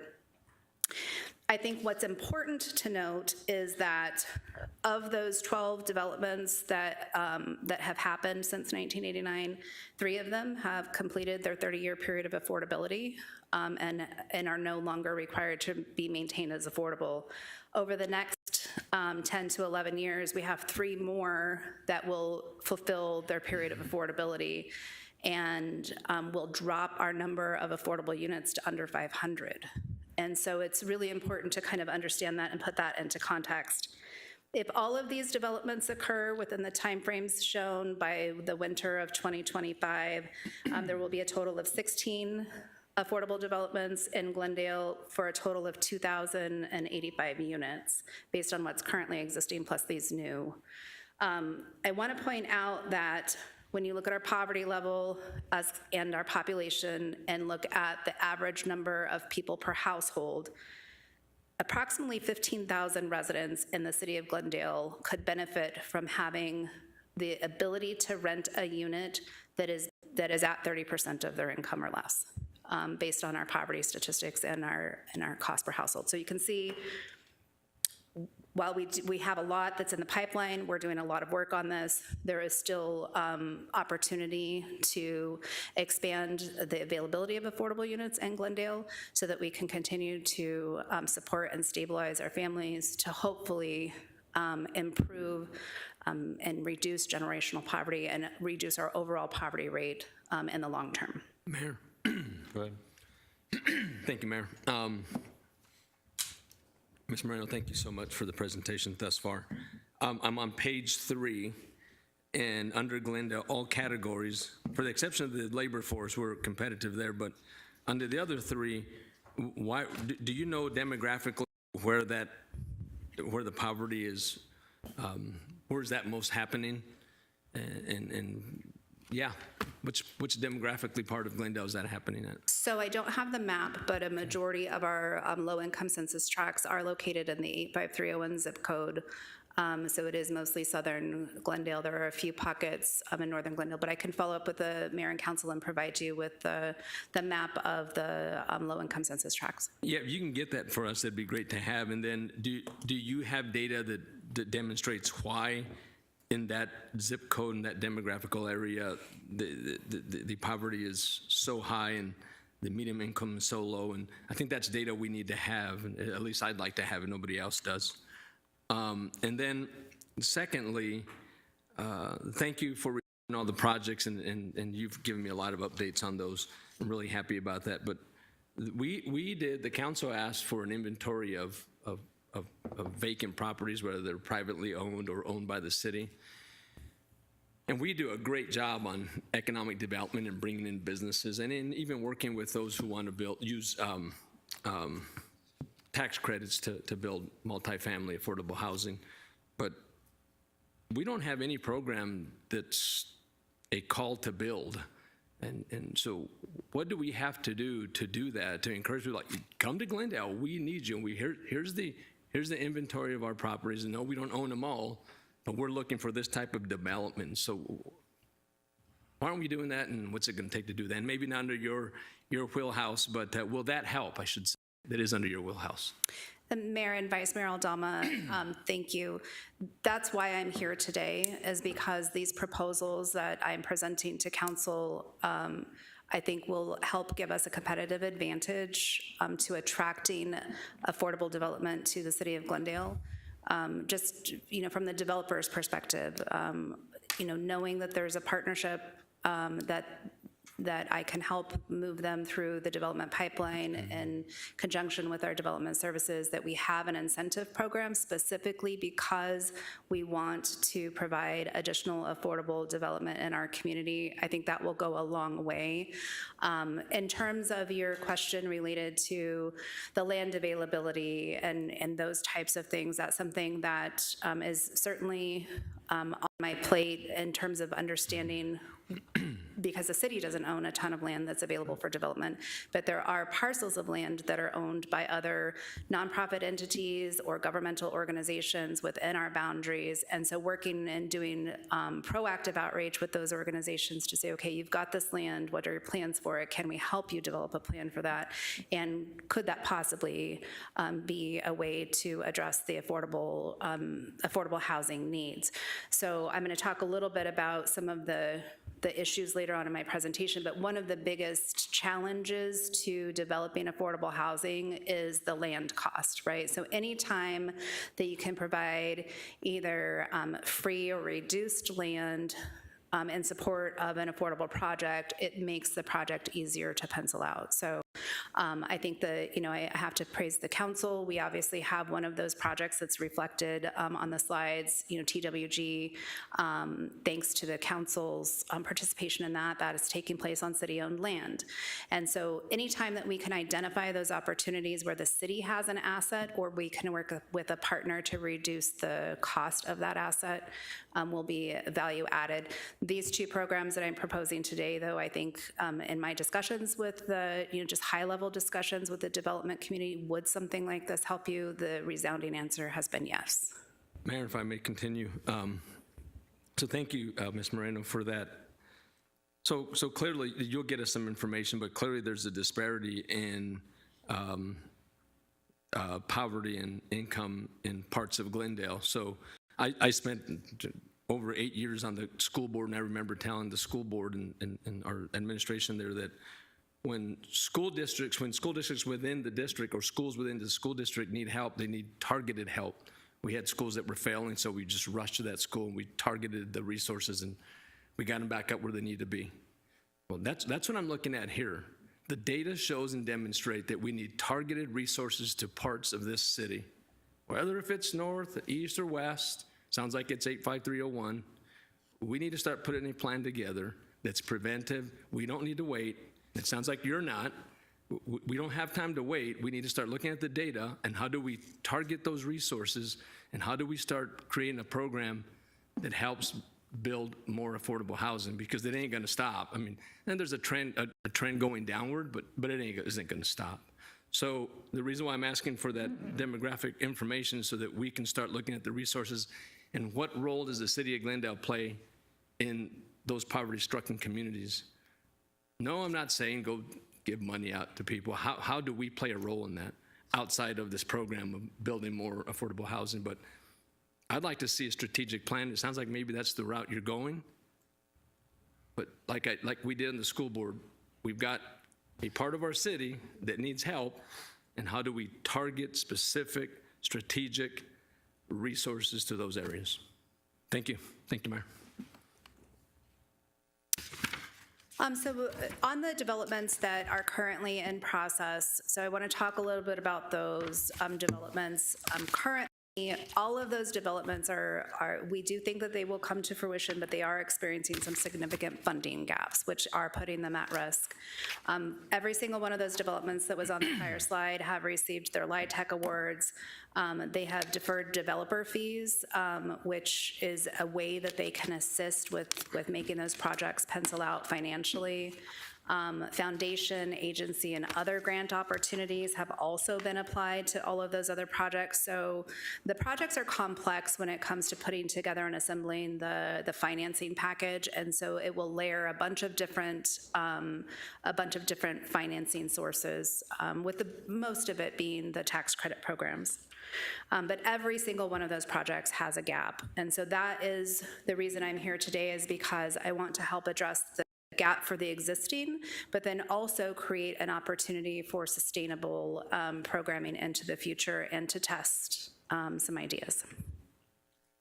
So the adverse financial conditions that are obviously contributing factors, labor shortages, supply chains, this is not new. I think the one that's impacting these developments the most is the increases in interest rates. And then obviously, because as I mentioned before, an affordable development looks the same as a regular market rate development. There are costs associated with offsite improvements that the city requires and design requirements and things like that. And that also does to have an impact on the developments. So the reason I'm here today to talk about these incentive programs is because I mentioned we have about 15,000 households estimated in Glendale that could benefit from having affordable rents, and that's really my primary concern. I want to make sure that everyone, all Glendale residents, have access to rents that they can afford, and that we have an opportunity to work with households to help improve income generation, education, and so forth. So yes, these developments address the needs of our low-income residents and vulnerable populations. A lot of them are, maybe disabled, maybe elderly. They need long-term supports. But a lot of the households that are struggling right now are families in that middle area that we have an opportunity to truly influence.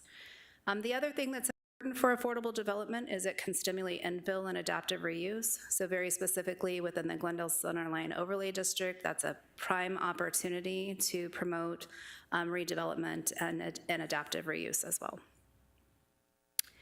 So the first proposal that I'd like to get some consensus from council on today is a community development fee waiver program. The council is very familiar with fee waivers. We do have a section in our existing ordinance that authorizes fee waivers when there's a finding of that it's in the best interest of the community. And essentially what I'm proposing is that we offer fee waivers, and this is of community development fees. This does not include development impact fees, two separate things. But so any of your planning and zoning and design review, those types of fees, waived at 100%. Just for context, those fees typically amount to about 1% of the total project cost, which can be pretty high when you're talking about multi-million-dollar projects. The other reason why this fee waiver proposal is important is because if the city is coming to the table with the fee waiver, I'm just going to use round numbers. Say we're providing a 100% fee waiver on a project and it's going to save $750,000 to that project. That in-kind contribution basically can be used to leverage other funding sources to demonstrate that A, the city is a partner on the development because we have this program, that we're welcoming the development, and so on and so forth. And the reason I mention that is because Maricopa County has currently offered opportunities with cities across the region.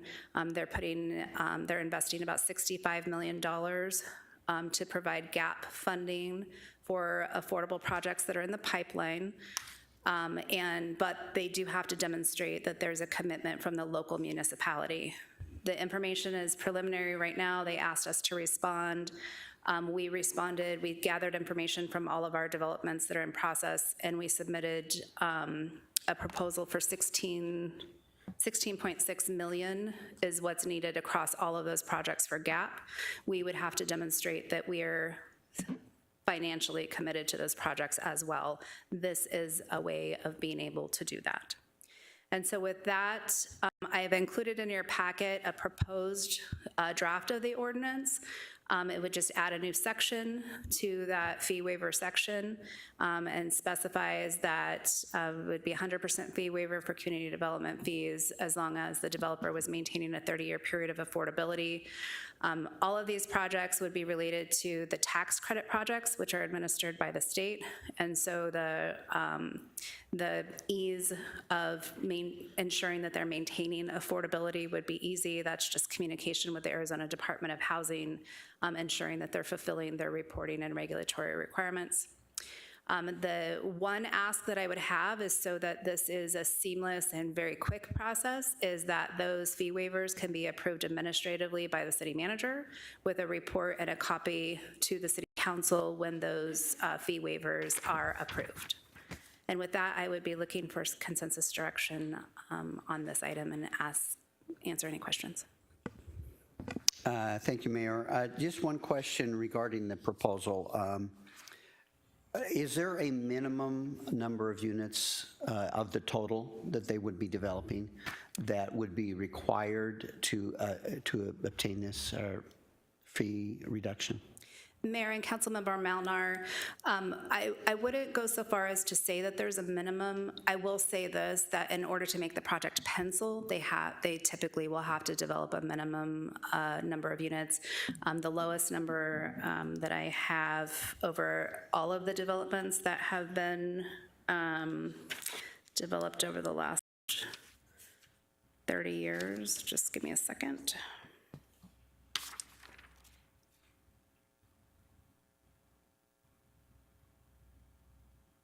The lowest number that I've seen is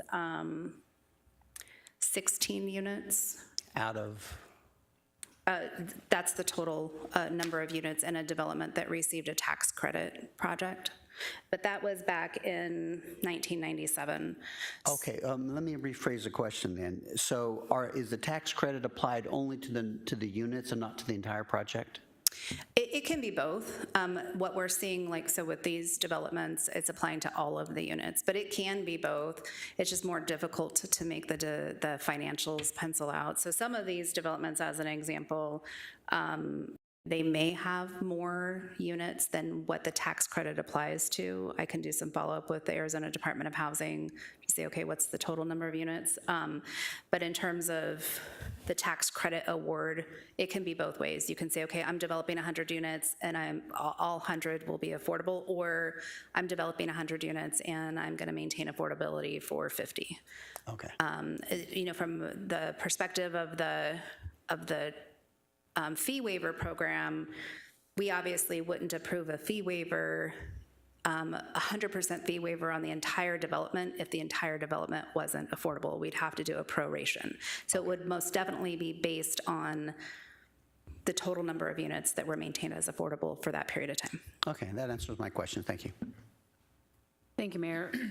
Kind of one of the things that I wanted to, because I'm reading the, I guess this is all, just basically section 2.3 is a new section under building permit fees. The language is attached, it doesn't show that anything's being changed.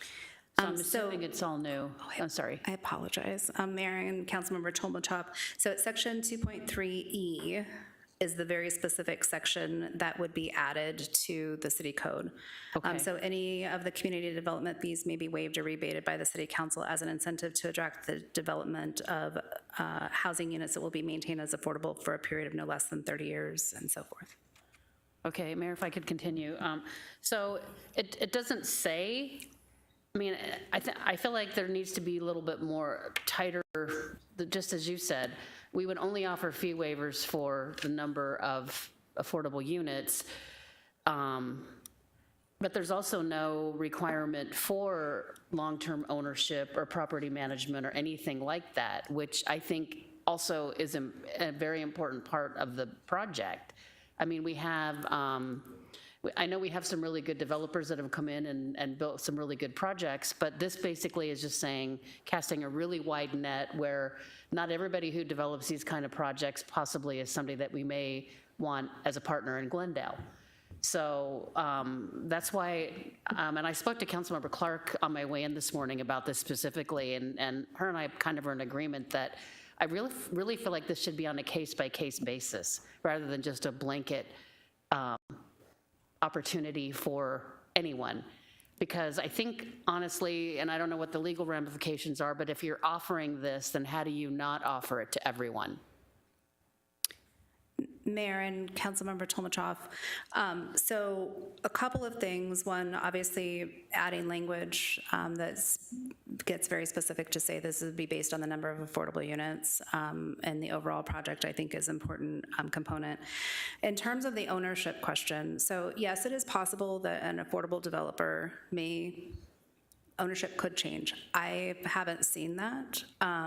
However, they will still be required to maintain that period of affordability. So that piece of it and that obligation to the tax credit program and to maintain that period of affordability does not go away if the ownership changes from owner A to owner B. And there are lots of legal requirements as it relates to the original issuance of the tax credits and the financing and retiring debt and issuing new debt. There are lots of things that go into that, so you don't typically see changes in ownership for affordable developments. The ones that we have in our community, the ones that are, proposed in the pipeline, they're in it to win it. They're long-term owners.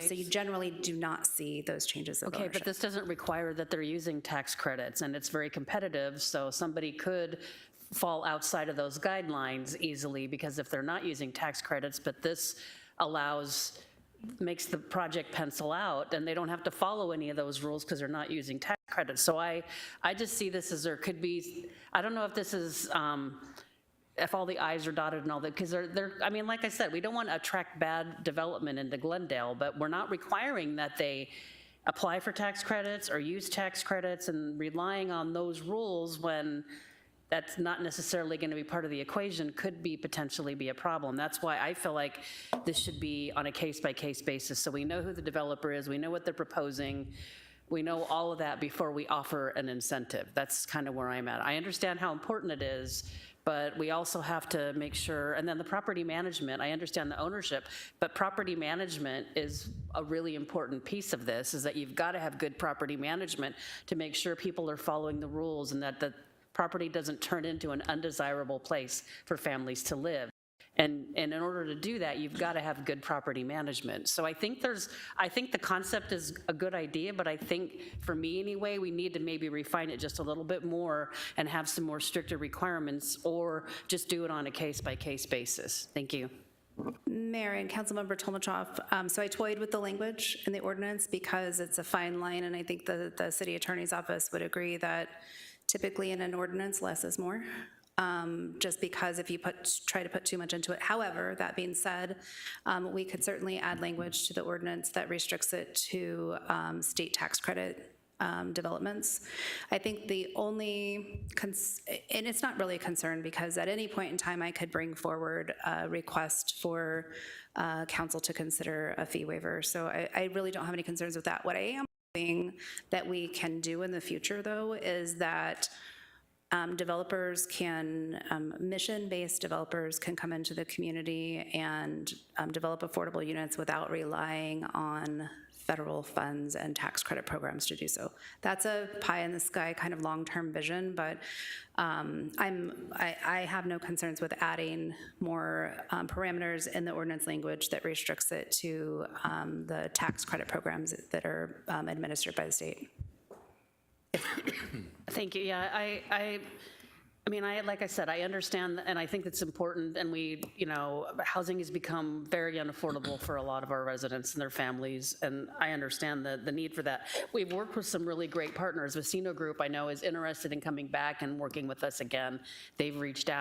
I know there's lots of philanthropic developers that make good partners that have programs in place where they basically make sure that there's a good property manager. Because to me, you don't want to let somebody build something like this and then just walk away and not have good property management, because you're just asking for problems.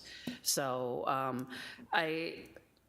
I still kind of feel like it's on a case-by-case basis. And some of these fee waivers could be sizable too. So I think that putting it out there that we are absolutely willing for the right projects to waive fees is a good thing, but just a carte blanche, we're going to waive fees for any project you bring us, I feel like that might put us in a tough spot. Ms. Moreno, is there any projects in any other cities that are doing what you were hoping to accomplish that has verbiage or literature or something that we could copycat or mimic, or is there anything that you're aware of? Mayor, no. To my knowledge, we would be the first offering a program of this nature, where it's the 100% fee waiver. Again, as I mentioned, if it's the desire of the council, I can include the two pieces of information in the proposed language to restrict it to tax credit projects, and then also making sure that the language is specific to that the fee waiver would be a proportionate amount of the number of units that are maintained at the affordable rate within the entire project. Mayor, members of the council, so what we're trying to accomplish is, as Jean said earlier, when it's a competitive environment to attract affordable housing projects. the suggestion that, well, we'll bring everyone back, we can certainly do that. However, we don't see a fully baked project come to us and then say, all right, we're ready now, here's the entire project, we now want to apply for this. This is a process where we're out engaged with them, going through all kinds of components, trying to get them a project that makes sense. So as a city manager, even though I think the council may approve a tax credit, I couldn't even begin to imply, really, realistically, to say, oh yeah, it's just a fundamental, we'll take it to the council, I know they will approve it.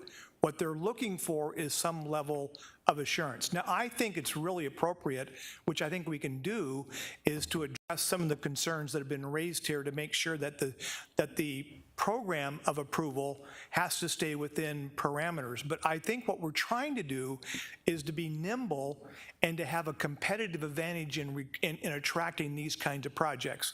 And then what I would say is this: it's a policy that can always be modified or changed. I would say, why don't you put it in place, ask your city manager to come back every year, show all the ones that were granted, make the city manager, he or she, show you what the justification was. And then if the council feels like it's getting out of alignment with your goals and policy, then you could always come in and tighten the program down, eliminate the ability. But we're just trying to find a way to get a step ahead of everybody else, be able to discuss with developers that this is for sure what we know we can do. That if you come to Glendale, here are the things we know that we're going to be. We'll get you expedited permitting. We're going to waive these kinds of fees, and we're going to make your project successful. That's what we're trying to accomplish here. As I say, it's an important issue, maybe one of the, outside of homelessness, maybe one of the largest issues facing our part of the region. We're just trying to say, give the staff kind of the go-ahead, and then we'll work with you to kind of report back out and to show you how we've used that. Mayor, is this capped? Because on slide 14, it says initial funding, one-time revolving fund of 1.75. So I don't know what a one-time revolving fund, I'm not sure I understand the meaning of that. Mayor and Councilmember Tomachov, that's the second proposal that I haven't gotten to yet. I paused here to see if I could get consensus from council on the fee waiver proposal. That is a second proposal that I'll be speaking about. Is there, Mayor, then I guess my question is there any cap on a maximum fee that we would allow to be waived administratively? Mayor and council members, the maximum that we would allow to be waived administratively would be equivalent to what our fees are, which are publicly posted in our fee schedule. I mentioned that the fees are typically about 1% of overall projects. Typically, and I'll just tell you quickly, I apologize, I don't have that Well, it's about data, 1% of what it is. about 1%. So you figure if you have a $50 million project, about 1% is roughly what that would look like. So it's an important component part, and to Mr. Phelps's point, having a program in place where we can say this is what we can do for you. When you have a development, as an example, so we don't have a lot of open and available land that's currently zoned for multifamily, as an example. And so when you have a developer who's faced with a decision of, do I go and I acquire land and rezone it? Or do I go with land that's already hard zoned, maybe in another community? This will give us that competitive advantage to say, hey, our council has supported this. We will do 100% fee waivers on the community development fee. Come work with us. That could be the tipping point for a developer. Typically, developers are looking for land that's already hard zoned. It is a scarce commodity in the city of Glendale currently. Mayor. Yeah, we'll go, and then you next. Thank you, Mayor. I don't agree with Councilmember Tomachov on some of the issues she has. We just talked about how great the need is, and I just talked about how we create targeted resources to parts of Glendale and all Glendale, wherever the need may be. This is it. You just outlined it. And you answered one of my questions, and we don't want to restrict these incentives so much that potential builders go elsewhere. Look, if they choose to go in Avondale and Tolleson, Goodyear, and everyone else in the West Valley, that's great. I applaud them because they need help too. So do the residents. But I'm not prepared to put a program like this together and then put so many restrictions on it that we just discourage people from coming over here. One, it's like putting a carrot in front of a rabbit and then putting so many tall barricades that they can't get to it. It's unattainable. We don't want to have unattainable incentives. We want to have incentives that will work for us. That's what we want to do. I'm prepared to give my consensus for this because this helps. This is targeted resources. I just don't want to give a false sense that we're trying to help solve a problem, but so many restrictions that you can't get it. And and the attorney's sitting right here, I don't see any gift of public fund issues here. You guys are going to do what's right. And the other thing is, if many of these need to come to the council, if we just get bogged down with it, city manager, this city manager, or any other city manager is going to have the wherewithal to make the correct decisions because they're going to be led by staff. So I think I don't see any, and the city attorney would have told us if there was any issues on gift of public funds here. I think this is the right thing to do, and we do it today. Thank you, Mayor. So, Mayor, again, I really appreciate we want to be financially, strategic in terms of how we invest taxpayer money. But so that idea of the cap, we talked about this internally, but if you kind of think of it in this term, let's say it's a $50 million project. The 1% waiver then is $500,000. This project, however, I believe, and correct me if I'm wrong, will still have to pay the state taxes on the construction. So basically then 66% of that $50 million will be considered by the Department of Revenue as a taxable transaction, of which we get 2.9%, which is equivalent to $957,000 in sales tax coming back. So again, I would still say even under that scenario, if we had a large project, a $50 million project, one, we're going to have a lot more affordable units coming in. We've waived approximately $500,000 in development fees, but we'll still gain to the general fund close to $1 million just in taxing revenue. So I would argue that I think it's still a good win for our citizens to be able to do that. Mayor? Yeah, time out. Thank you. A couple of questions. Early in the presentation, you mentioned that the affordable housing projects are indistinguishable from market rate projects to the passerby. Under our guidelines, would that also be true as far as the finishes on the interiors of the apartments, for instance, or the amenities that are offered within the complex? Mayor and Councilmember Turner, so they're the same development and design review guidelines and processes apply regardless of whether it's affordable or not. So all of the same rules and regulations that we apply through our zoning code and our ordinances apply equally to these developments. That's why it's never really a consideration of whether or not it's affordable when you're going through the development process. There's not a different set of design requirements. It's all the same. So in the market today, as you understand it, are affordable units as attractive inside as a market rate unit? Mayor and Councilmember Turner, yes. I've seen the insides of lots of affordable units, and sometimes I think, wow, some of the finishes are nicer than my home. Guaranteed mine as well. Because I'm trying to look at the long run. How well is the interior going to hold up, the cabinetry and that sort of thing? How desirable are they going to be down the road? The amenities that are provided, are they going to attract the same market, the same desire, the wishes of the people that just happen to have less money? They don't have smaller wishes, they just happen to have less money. I'm interested in how to expand the location of our affordable housing, and that it not all be falling into the center line, and that it be spread out better throughout the community, because we have need for affordable housing in our hospital and medical corridor. We have need for that in our university areas, the two that we have. We have need for it in our entertainment district for people who work and, in that area as well. So I'm trying to figure out how do we spread this out. I am a little bit concerned that tying it to the state grant program might make it harder to do that.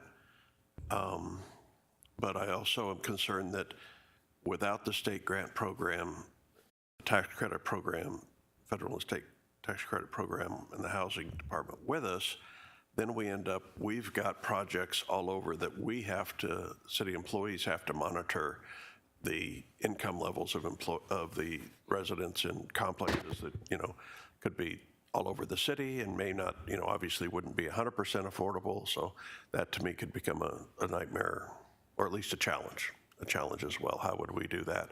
I know it feels like we've sometimes run into trouble with that when we've provided incentives to have a certain number of Glendale employees at their project, and we've given some kind of a public incentive to get that project into Glendale. So we still have to go back and monitor those things. The zoning changes is again a challenge to getting outside of the central corridor here, the Centerline District. But as we've discussed before, we have a lot of underutilized commercial property throughout the district or throughout the city that would be well suited to have its zoning changed to multifamily, for instance, and be able to bring people into those areas to support the other commercial corners, that sort of thing. And if there's a way in which this could help incentivize that, I would be in favor of it. I don't think that I do think, let's be in the positive, I do think that there are market rate developers, apartment developers that do have a social conscience, and they do understand that they're in the business of providing housing. They want to be able to do so for all people. So if we have a developer that wants to come in and they wouldn't necessarily be in the center line, but they might want to, you know, they would have a conscience that wants them to provide and are willing to commit to some affordable housing for 30 years.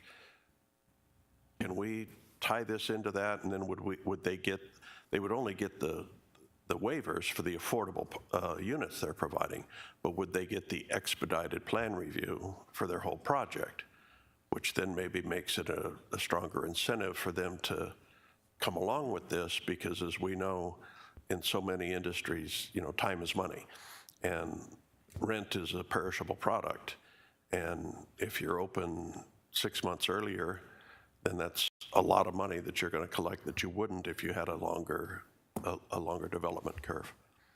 So that's what I'm thinking about. Do you have any? Can you help me? Mayor and Councilmember Turner, so on the first component part about the finishes on the interiors, so the reason why this project or this proposal is also important is because if we can take $500,000 of fees off the table for the developer, that's less value engineering that they have to do in other areas. So that's one piece. In terms of your remarks about having affordable development geographically dispersed throughout the community, again, land cost is one of the biggest component parts. If we can, again, take some of the costs, the hard costs that we can control off the table, we may be able to incentivize affordable development that's more geographically dispersed. You mentioned several, centers of our community that could benefit, specifically the universities and different things.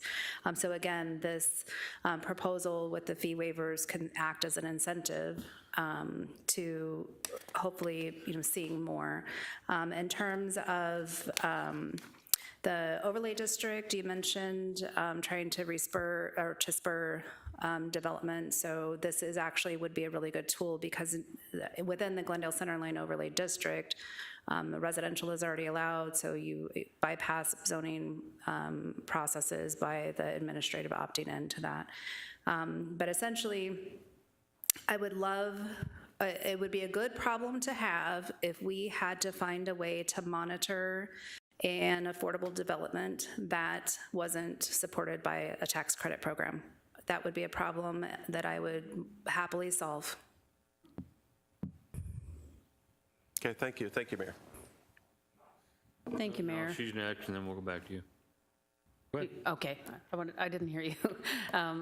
So When I brought up a cap, I was talking about an annual cap. I mean, how much fee waiver are we willing to do annually? That's what I didn't say that correctly, but I mean, once we reach $2 million, are we going to say we're not going to waive any more fees this year? Or I'm not sure whether we want to have that conversation or not. The other thing, the reason we talked about the number of affordable units, I don't think these rules are all that cumbersome to say that we're not going to offer this incentive. If you're going to say we're going to build 200 units, 50 of them are going to be affordable units, the other 150 are not, we're not going to incentivize you for the entire development because we're trying to get affordable units. So I think that rule is important. The tax credit, using tax credits, and I don't know if we can incorporate those same rules into this, whether they're using the tax credits, but the idea is that you have long-term ownership and that these aren't flips, because that's the thing and that's the reason why the tax credits have those rules too, is because they don't want these to be flips. So you get incentivized to build the project and then you flip it and walk away from it and you realize the profit and somebody else has, you know. So that's why whether we could build that into that if you're not going to use tax credits or you were unable to obtain tax credits, which is probably more likely the case, that we still require some obligation of the developer of ownership. And then the property manager, I mean, I don't think that's a very cumbersome rule. I know some of our multifamily units that don't have any on-site property managers are some of the biggest public safety problems that we have in the city. So having a property manager is really an important piece. We're trying to provide people a safe, nice place to live. And without a property manager, I think you're leaving and so I really believe we should require that. So my question is this an application process, or it's just basically an administrative thing, or do they have to, is there boxes that have to be checked, or how would this even work if we just said, yeah, go ahead and gave consensus to move forward with this? Mayor and Councilmember Tolmachoff, so the process for working with developers on any affordable development is kind of a long process. I wouldn't envision that there's an application. They're going to start the process, let me rephrase that. I wouldn't envision that there's a separate application because all of these developments will be required to submit their applications through our Development Services Department. So, but typically the conversation starts long before they're ready to submit any plans. Is the city of Glendale interested in affordable housing? This will send a clear signal to the development community that yes, the city of Glendale has programs in place that specifically support affordable development. So that's issue number one that I think is important to note because it will send a very strong signal to the development community. But then the second piece of it is that as we go through the due diligence process, with the development services, you have to make sure that the underlying zoning is in place. If it is a tax credit project, they have to, make their tax credit applications and those types of things. And so they wouldn't actually start incurring fees until they submitted their first, design review application or their rezoning application. And so at that point, though, we would need that fee waiver to be in place. Long before that, after they've done their due diligence, yes, they're moving forward. Yes, they have the property under contract. Yes, they're applying for rezoning or they're applying for their design review. At that point is where we would need to make sure that we had a letter of authorization in place from the city manager that documents and outlines the general specifics of the project, where it's located, who the developer is, what other types of financing they're going to be using, tax credits, et cetera, how many units, so just general information about the project that would be documented in that approval letter. And then the project could move forward. In terms of your question about a cap, no, I'm not envisioning limiting the amount of fee waivers that we would apply in a year as an example, and I'll tell you why. These projects typically transpire over a period of 18 to 24 months. All of the projects that I had shown on the previous slide, we've been in discussion with these developers. for just about that amount of time because they have to secure the land, they have to make sure that they can get it through the rezoning process and so on and so forth. And so it tends to be a little bit of a moving target. So no, I wouldn't, I had not envisioned putting a cap. And, you know, to City Manager Phelps's point, you know, I'm here today because we have a problem that we're trying to solve. We need to address the affordability of housing for Glendale residents, and this is a way that I think that we can incentivize additional affordable development. This is a step in the right direction. If it doesn't work, we can always roll it back. I have every confidence that this fee waiver program will work. It works for lots of other economic development projects, and I think that it can work equally as well for affordable housing. Mayor? Hold on. Yep. Mr. Milner's next. Yeah, absolutely. Thank you, Mayor. Just a couple of comments I'd like to make. I like the model of the affordable housing where you mentioned where a percentage of the units are going to be going in. I think it answers a lot of the questions that some others have brought up regarding, you know, where they can go. That they are in areas all over the city, and I think that that model works better to do that versus, say, a 100% whole affordable housing unit, though in some cases that may be appropriate as well. And I don't know if there's any way, and again, I want to talk about the case-by-case. I believe this will be a case-by-case basis process. I mean, you're going to take each project, you're going to evaluate it, and from there you'll determine if it meets the criteria, and maybe you deny one because it doesn't quite fit. So I believe this process will involve case by case. What I just simply ask is do what our city manager suggested, is if we invoke this today and you know, move it forward, that we do have a report back. I think that's really important for us as council members to see where the taxpayers' money is going, how it's benefiting it, and how it's affecting our situation, both for homeless and affordable housing. And I'd like to see that report back, you know, sooner than later and on a regular basis to make sure that this policy is what we want to continue to do. What I don't want to see, and I think other council members would agree, I don't want to see Glendale become the affordable housing capital of the county. That's not what we want to do. We want to assist our residents, but I don't want to draw the rest of the county to come to Glendale because we have affordable housing. And so that's a concern, but I think overall, if we can address those issues and we can move it forward on a really a case-by-case basis, you know, I'd be in favor of moving forward. Thank you. Thank you, Mayor. I just want to remind the council that What is it? and I'm sure you understand, but it doesn't sound like it at all times, but we're not giving any money out. This is waiving fees. We're not giving dollars out. We're not giving cash. This isn't from our revenue. This isn't from our fund balance. This is a waiver of a fee to do what's right. What criteria do they have? I'm going to get out of your way today because on this issue, I'm very passionate about it. And I hear enough that I don't need to get into the administrative minutia on this one. I'm not saying that I don't get involved in some of the administrative items that the city manager's involved in, because that's his, but there's some that sometimes I'm concerned about. But this one, I'm getting out of your guys' way. You got a handle on this. This is a great way for us to play a role in helping and assisting in the affordable housing issue and dilemma that we have. So I'm out of your way. You have my consensus. Thank you.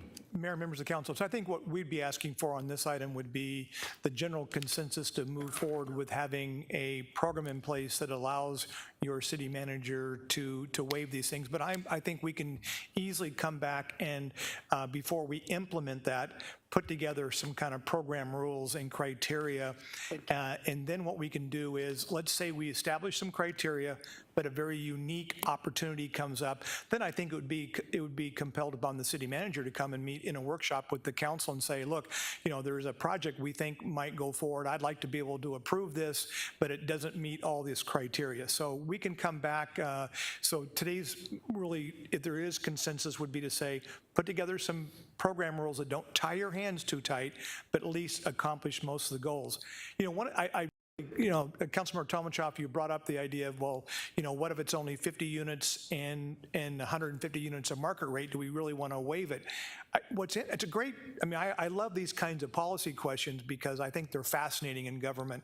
What I would say is, from research and experience I've seen, the most successful low-income housing projects have been part of a gentrified project where nobody even knows that there's low-income housing involved in that. And what you find then is the property manager, which has to compete with other market rate projects, has to manage and maintain and improve the property for those 150 units that are there. So I think it's one of the best ways to incent a low-income or affordable housing project to be of highest quality. So I think it actually makes sense to try to have it. And this is just Kevin speaking personally as my own approach. I like the notion that we say we believe everyone in the city is of value. And I think that if we can find affordable housing options, and nobody even knows they're in an affordable housing project that has a core value for the city, I think is outstanding. Because I think it really then demonstrates that we want to treat you in the same way that what we say we want to do. So anyway, we'll come back and put some, if the council decides to go forward on this, you know, we'll come back and put some parameters and share that with the council. Thank you, Mayor. And I appreciate you coming, because that was my question, is I just didn't see any criteria that was there was any qualifying or standards that we were gonna require in order to do this. And my point wasn't that we don't want, I agree, and I mean, I've talked to lots of developers that they combine affordable and market rate housing. I think that's the right way to do it. But my point is, are we gonna prorate the fee waiver on the number of affordable units? Or is there gonna be some sort of threshold? You know, is it gonna be, it has to be 50% of them if we're going to waive all of the fee or something like that, where we're not going to incentivize people to take advantage of the taxpayers to get a project built because they said, we're building 200 units, 25 of them are affordable, we got all these fees waived. I just want to make sure that the taxpayers aren't taken advantage of. Thank you. Mayor and Councilmember Tolmachov, I just want to be clear on that point, that if there was a development that only 25 units out of 100, as an example, were going to be affordable, the fee waiver would only apply to those 25 units. So their fee waiver discount would basically be 25%. Okay, Mayor, I must have misunderstood what Mr. Phelps was saying, because I thought that was my point, was that I thought we were only going to waive the fees on the affordable units, and I must have misunderstood you then. Mayor, members of council, we'll get together with staff, because what we haven't talked about this specifically, but what I would maybe propose is that if by incentivizing an entire 200-unit project, and if we can actually offer developers who may just want to just build 200 market rate housing and be done with it, if by waiving the full 200, they'll agree to put 50 into the system, I think we need to consider that as an appropriate incentive. But we'll have the internal staff discussion, we'll put some framework around it, and we'll come back and have the discussion with the council. Mr. Phelps, and you just made me 50% or 50 units out of 200? I was just giving an example that if it was 50 units out of 200, if we did the fee waiver for the entire 200 units, and if that encouraged more market rate developers to include a portion of affordable housing, I think that potentially could be a good thing for the city. Okay.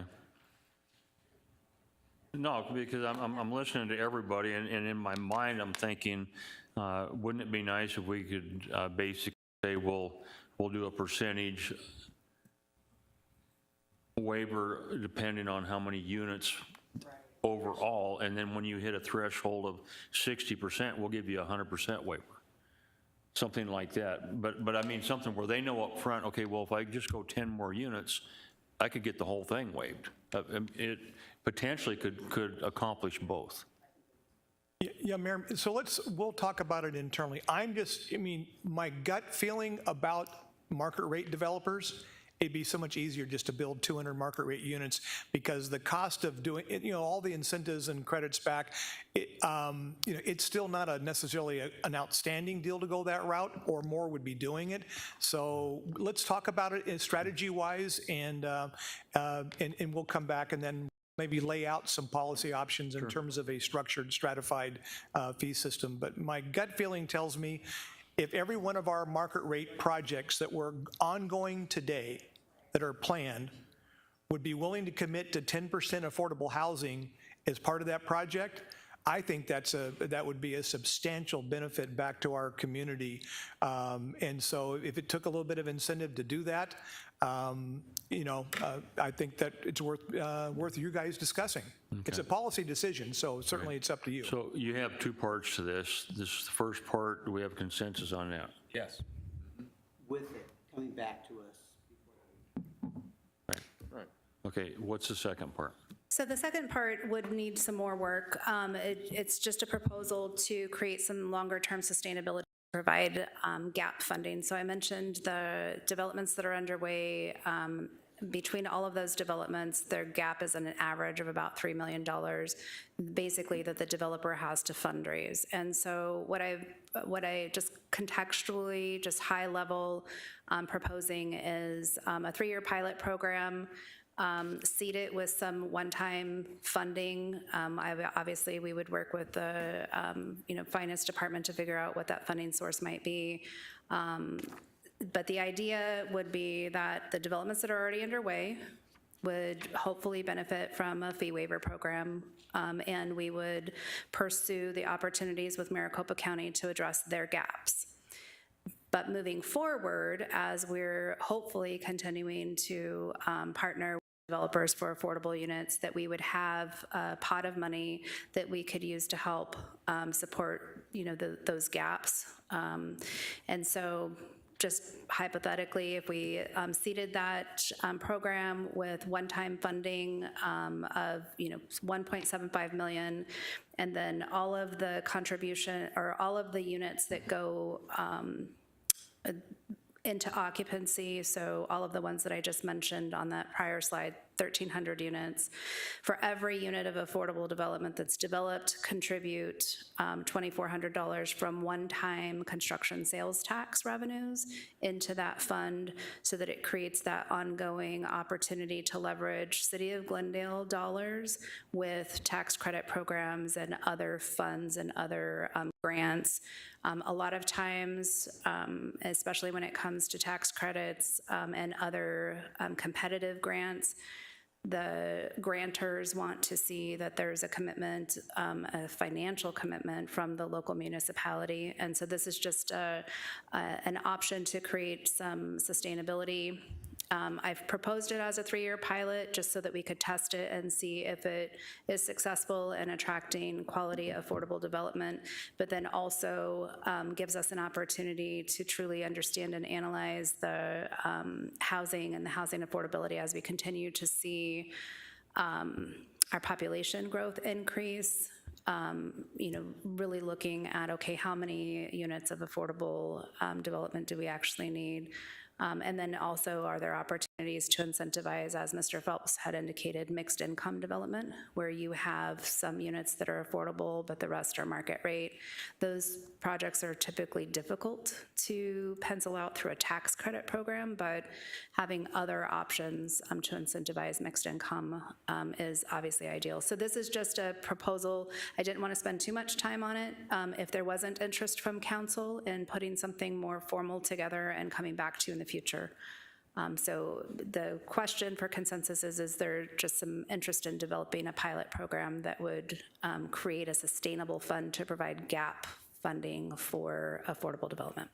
That initial money is for a 3-year project, or is that per year for 3 years? Look, we can propose it, and we probably need to crunch some more numbers and figure out, do we have funding sources of one-time dollars? This was just kind of a high level, this is what would work.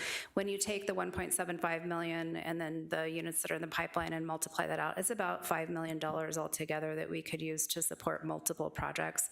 So what I've proposed is one-time investment in the fund, but then it becomes sustainable as you continue to develop affordable units, if that makes sense. Okay, so is it almost 700,000 per year? Or is it the 1.8 per year? 1.8 one time, and For then 3 our ability to, no, 1.8 one time, but our ability to sustain it would be dependent upon how many new units come into play. Go ahead. I just want to make sure I understand what a gap funding would do. Who would pay, how would a developer use that money?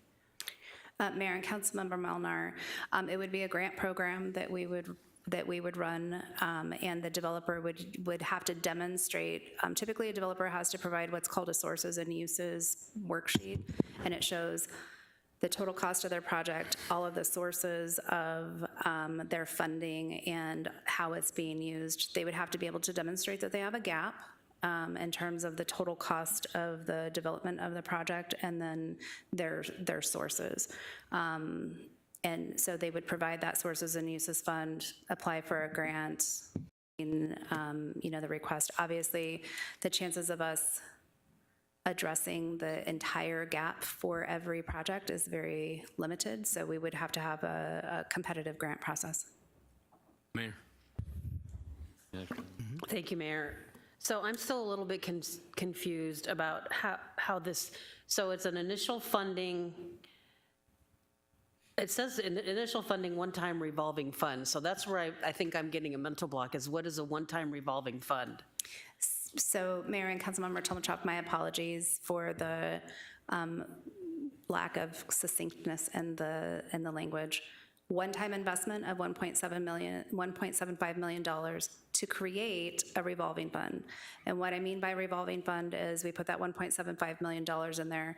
Say we get grant applications for $500,000 a year, the balance of that would carry forward into future years, creating that revolving fund. So you'd, let's just say $750,000, I make a $750,000 grant, I'd still have $1 million in that fund to carry into a future, and that would be the revolving rollover. Okay. Correct. All right, and then Mayor, if I could, then the future contributions would be $2,400 per affordable unit? Correct. Just affordable unit. So if we talk about this mix, these mixed programs, it's still just $2,400 per affordable unit goes into this into this fund, whatever's in there, to seed it every year. Correct. So the general fund hit would be, initial anyway, the $1.75 million that would just be sitting there. And then there would there be a cap there on, or I mean, if somebody came in and, I mean, could it all be gobbled up by one or two projects, or would we cap it to try to spread it out? And or you hadn't thought about that yet? Mayor and Councilmember Tomachok, I would envision that there would have to be a cap, because Okay. we're not going to be able, as I mentioned before, these developments are seeing gaps of right around an average of about $3.3 million. Exactly. So we would have to put a gap on or a cap on the total grant that would be awarded, but I haven't identified what that would be. Okay. I do think that to have a meaningful contribution to a gap of $3 million, I think that you could put it on a percentage base, you could cap it at $1 million, something like that, but I wouldn't want all of the funding to go to just one project. Okay, thank you. Good, Mayor.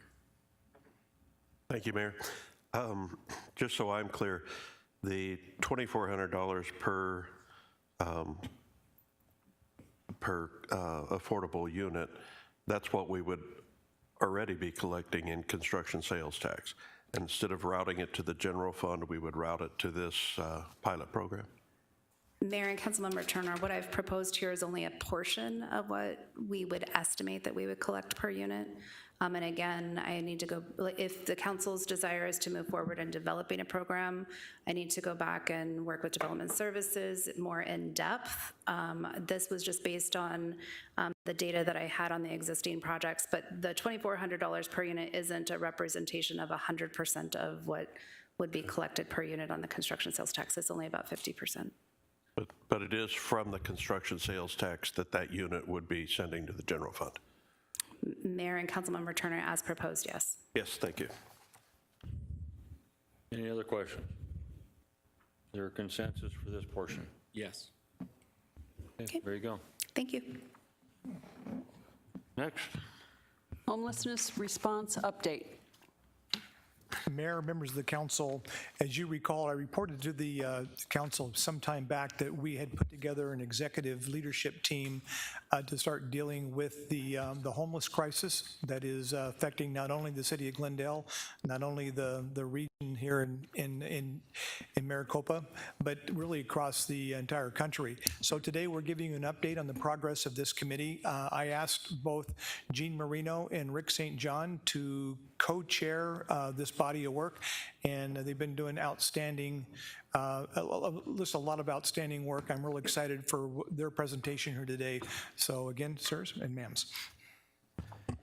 Good afternoon, Mayor, members of the council. As the city manager said, we are here to provide that update on the committee's work, and we too are excited for the work that's been done.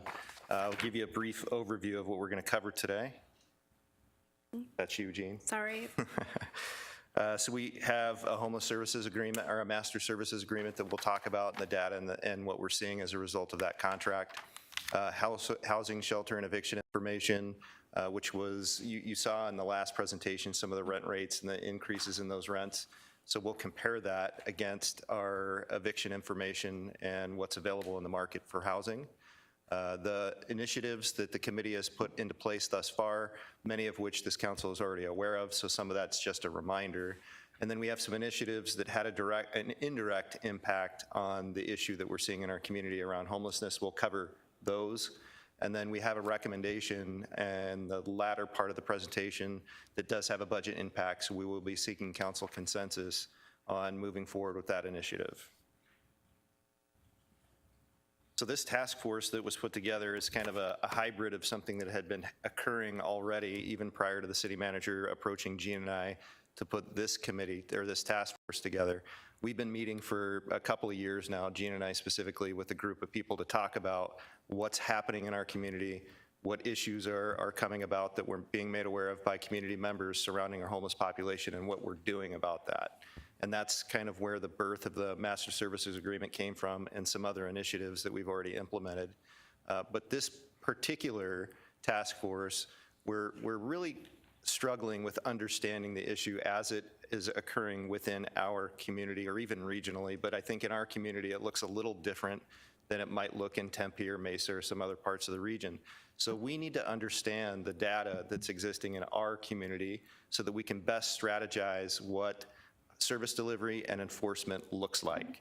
And that's the task, the primary task of this executive task force. We're also looking across the country at what some of the best practices are, what other cities, towns, municipalities, counties, whoever, what they've implemented and what's been the effect of those implementations, and whether we should bring those here to the city of Glendale. Represented on the committee, you can see the list of different departments that are there. It is a large group of people, and we do have very good discussions when we meet. So just as a reminder, I think the council is already obviously very familiar with the Master Services Agreement, but for members of the viewing public, in June of 2021, we kind of pivoted in how we were investing our grant dollars as it relates to addressing the issues around homelessness. And that pivot in terms of our strategy and investment resulted in a contract with the Central Arizona Shelter Services to provide specific services here at the Norton and Ramsey Empowerment Center here in Glendale. Essentially, this established a one-shop service model. It also includes a 24/7 service line, has multiple partners that provide services under that umbrella agreement, and services are available to Glendale residents experiencing homelessness or people that are in Glendale experiencing homelessness. So we recently implemented a public-facing dashboard. This is a snapshot. It has actually been updated and changed since I put these slides together a little bit. But essentially what you're seeing here is the numbers associated with the types of services that are being provided by all of those providers mentioned under that master services agreement. So a couple of numbers I'll just point out real quick, and then there's descriptions this link is available on our website, and then there's some very specific descriptions on what these numbers mean. But in total, as a result of that master services agreement, we have access to data that we've never really had access to before, to understand truly the types of services that are being delivered to people experiencing homelessness in Glendale. And so over 36,000 services have been administered to people in Glendale experiencing homelessness. And I'll point out a couple of those key points. The street outreach number it's now about 11,000. That's an important number because street outreach is essentially our first conversation that our service providers are having with people in Glendale experiencing homelessness, and that's how everything starts. And that's how we can move people into shelter and housing services, how we get them into case management, how we provide employment, and so on and so forth. The other important number there is the number of clients housed. So since the inception of this master services agreement, there have been over 1,000 clients housed as a result of having a very strategic and concentrated effort under this master services agreement. Mayor, I have a question on that slide if I could. So this is, I think, is an 18-month period here that we're looking at on this slide. And so the total services at over 36,000, so 18 months and divided out in the work days in a week. So that comes out to over 100 per day, per work day up here. So are these each unique individuals, or is there overlap such that somebody that is on the chart for street outreach could also be showing up on the chart for case management or employment assistance? Or Mayor and Councilmember Turner, the latter is correct. So this is not unduplicated. So these are, if I'll just use Rick as an example, if Rick was experiencing homelessness, he could be represented in employment and case management or shelter. Okay. So it's not 36,000 unique individuals, it's 36,000 services provided. Correct. Thank you. So who is receiving services? So there's been over 2,100 clients just specifically through the NREC that have received services. The important point here that I wanted to point out is over 1,200 of those clients identify as being a part of a family unit. So when you look at the distribution there, a majority of the people that are receiving services are part of a family, and then 962 are single adults. Other important numbers out of the population that's being served, almost 800 of the individuals that have received services under this agreement are persons with disabilities. So that's an important number for us to keep an eye on to understand what's happening in our community in terms of people who are experiencing homelessness, and also to identify service needs for those populations. And then 63 identified as veterans. It is important to note that this is information based on what people have self-reported, and some people may not have reported a specific category, or they might not have claimed to be a part of a family, et cetera. The other metric that we looked at is the length of time that people who are currently homeless have been experiencing homelessness.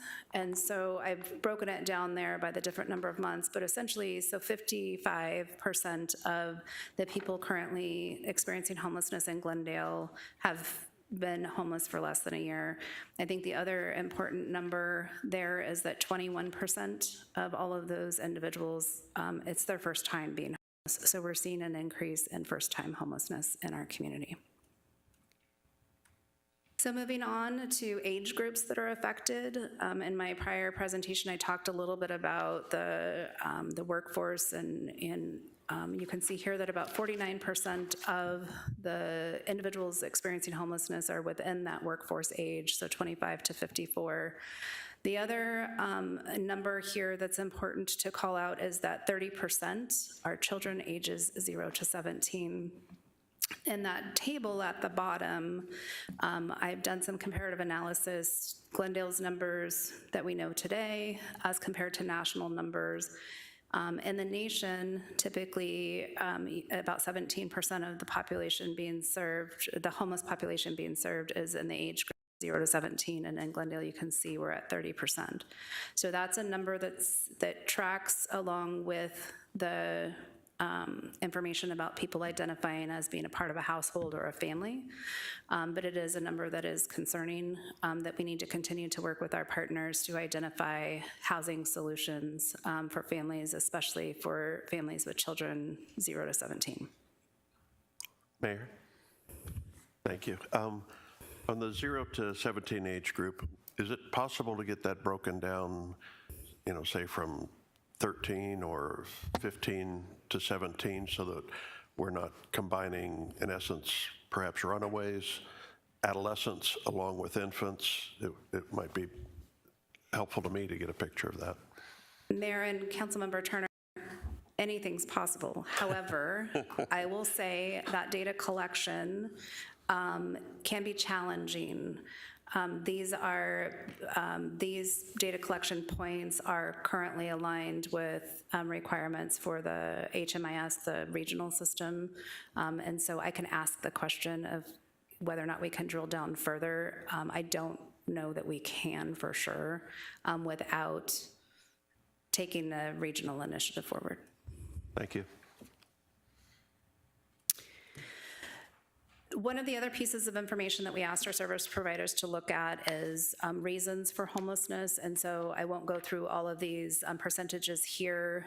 I do think it's important to note that we need to probably take a deeper dive into that 22% number. So 22% of the people experiencing homelessness are reporting that it's because of a family dispute or being kicked out, or overcrowding is also in that category.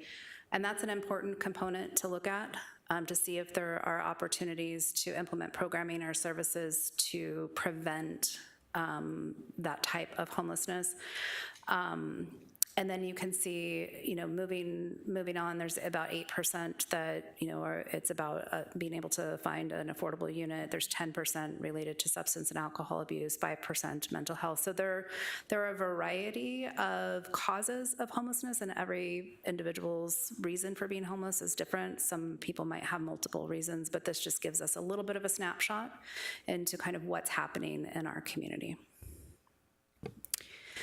So this is a repeat of the slide that I had from my prior presentation. I won't repeat it other than to say that in our county, we've experienced a 22% increase in unsheltered homelessness between 2020 and 2022. One of the pieces that we look at that is a contributing factor, or can be a contributing factor to homelessness, and particularly unsheltered homelessness, is the evictions in our county. And so the courts in our county provide us with data and information. I took a deeper dive into that data recently because I wanted to understand a little bit more about how evictions are impacting us here in Glendale. So in 2022, the first 11 months of 2022, this data goes through November of 22, there was 61,000 eviction filings. When you look at that same period of time from 2019, you can see that we're getting back to pre-pandemic levels of eviction filings. So it's fairly consistent with the 2019 numbers. But the top 3 zip codes for filings in 2022 are 85301, 85035, and 85281. So City of Glendale currently in 2022, the first 11 months, is accounting for 5% of all eviction filings in Maricopa County, which is fairly significant. Then it's Phoenix and Tempe. Everyone else is at 3% or less. And so this is a signal to us in community services. We need to identify strategies to address eviction diversion and prevention in our community as a means for hopefully preventing homelessness. Mayor, if I could. Go ahead. I would just like to note that, in my opinion, eviction's not a cause of homelessness. It sounds like it would be. It's the factors behind the eviction that are the cause of homelessness, the failure to pay rent due to economic situations or drug use, and its negative impacts on the landlord, the home, the neighborhood. Bless you. All of those sorts of things, that's the issue, and I think that showed up on the previous slide about the causes.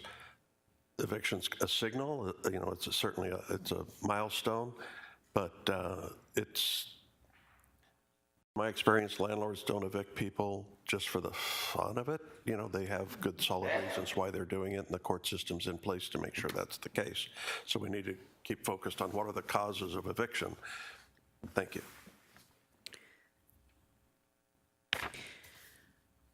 In terms of looking at our eviction filings as a percent of population, because I do think it's important that you normalize the data based on your population, so I looked at it in a bunch of different ways. You know, to Councilmember Turner's point, this is a signal, and so it does indicate that we need to take a deeper look at it. So when you normalize the evictions filings as a percentage of population, you can see that and it follows the previous trend, Glendale, Tempe, and Phoenix, 2.3%, 2.12, and 1.55. So, Mayor, can I ask a question? So I want to understand, because I know on the slide you showed evictions was 4% of the reason for homelessness. So the 2 point, whatever we're looking at, this number here in Glendale, were they evicted in Glendale, or are they in Glendale now and had been evicted somewhere? Mayor and Do we have Councilmember, that distinction? Mayor and Councilmember Tolmachov, this is the eviction filings based on location. So in Glendale, there were 5,719 filings. Now, those filings could have been for any variety of reasons why people can get evicted. It was not exclusive to non-payment of rent. It's just another indicator of kind of taking a look at the data, just understand a little bit more about what's happening in our community, because we do know that evictions is one way that people lose their homes, that results in unsheltered homelessness. So this kind of gives us a broader view of what's happening in our community. Okay. I still go back to the 4%. I mean, all of the reasons are important, but it just seems like that's a really big number for it only being 4% of the reason why people end up homelessness. And Mayor and Councilmember Tolmachov, it's also important to note that that's 4% of the people that received services. So that's 4% of that, 2,000 number. So it's not to say that there might be other people that haven't received services that have been evicted. This is just capturing the data for the individuals that are being served. Is this, Mayor, one more question, is this point in time data, or this is just data for what are these encountered when they come into the Gordon Ramsay or? Mayor and Councilmember Tolmachov, the Norton and Ramsey. Yes, that's correct. So these are all clients that this is data, not this slide here, but of those prior slides that you're referencing, that's data about clients receiving services. This is the slide here where it's talking about eviction filings as a percent of population. This is all eviction filings, regardless of reason, that have been made in the city of Glendale. That are filed with the county, okay. For the year. Thank you. Mayor, if I could interrupt again. Another factor to be considered on this particular slide is the percentage of rental units to owner-occupied units in each of these communities. I mean, I would imagine Paradise Valley has a very low eviction rate because they have probably no rental units at all. Whereas Glendale, we may have, significantly more rental units per 100,000 people in our community. Tempe, certainly you would expect, would have a high number of rental units, so therefore they're going to have a higher piece of the eviction population. So that's maybe would be something we could see as far as if it's worth it, as far as our eviction rate per 100,000 population or something would also give us an indication of, is it because we have more renters that we have more evictions? And that the same, it may not be quite a Glendale problem. It could just be thank you. So this next slide here is just a map of homeless shelter facilities in our region. And so you can see, based on this map, a majority of the shelter services and facilities, I want to rephrase that. The majority of the shelter facilities are located in the central region. There are, a handful of shelter facilities in western Maricopa County.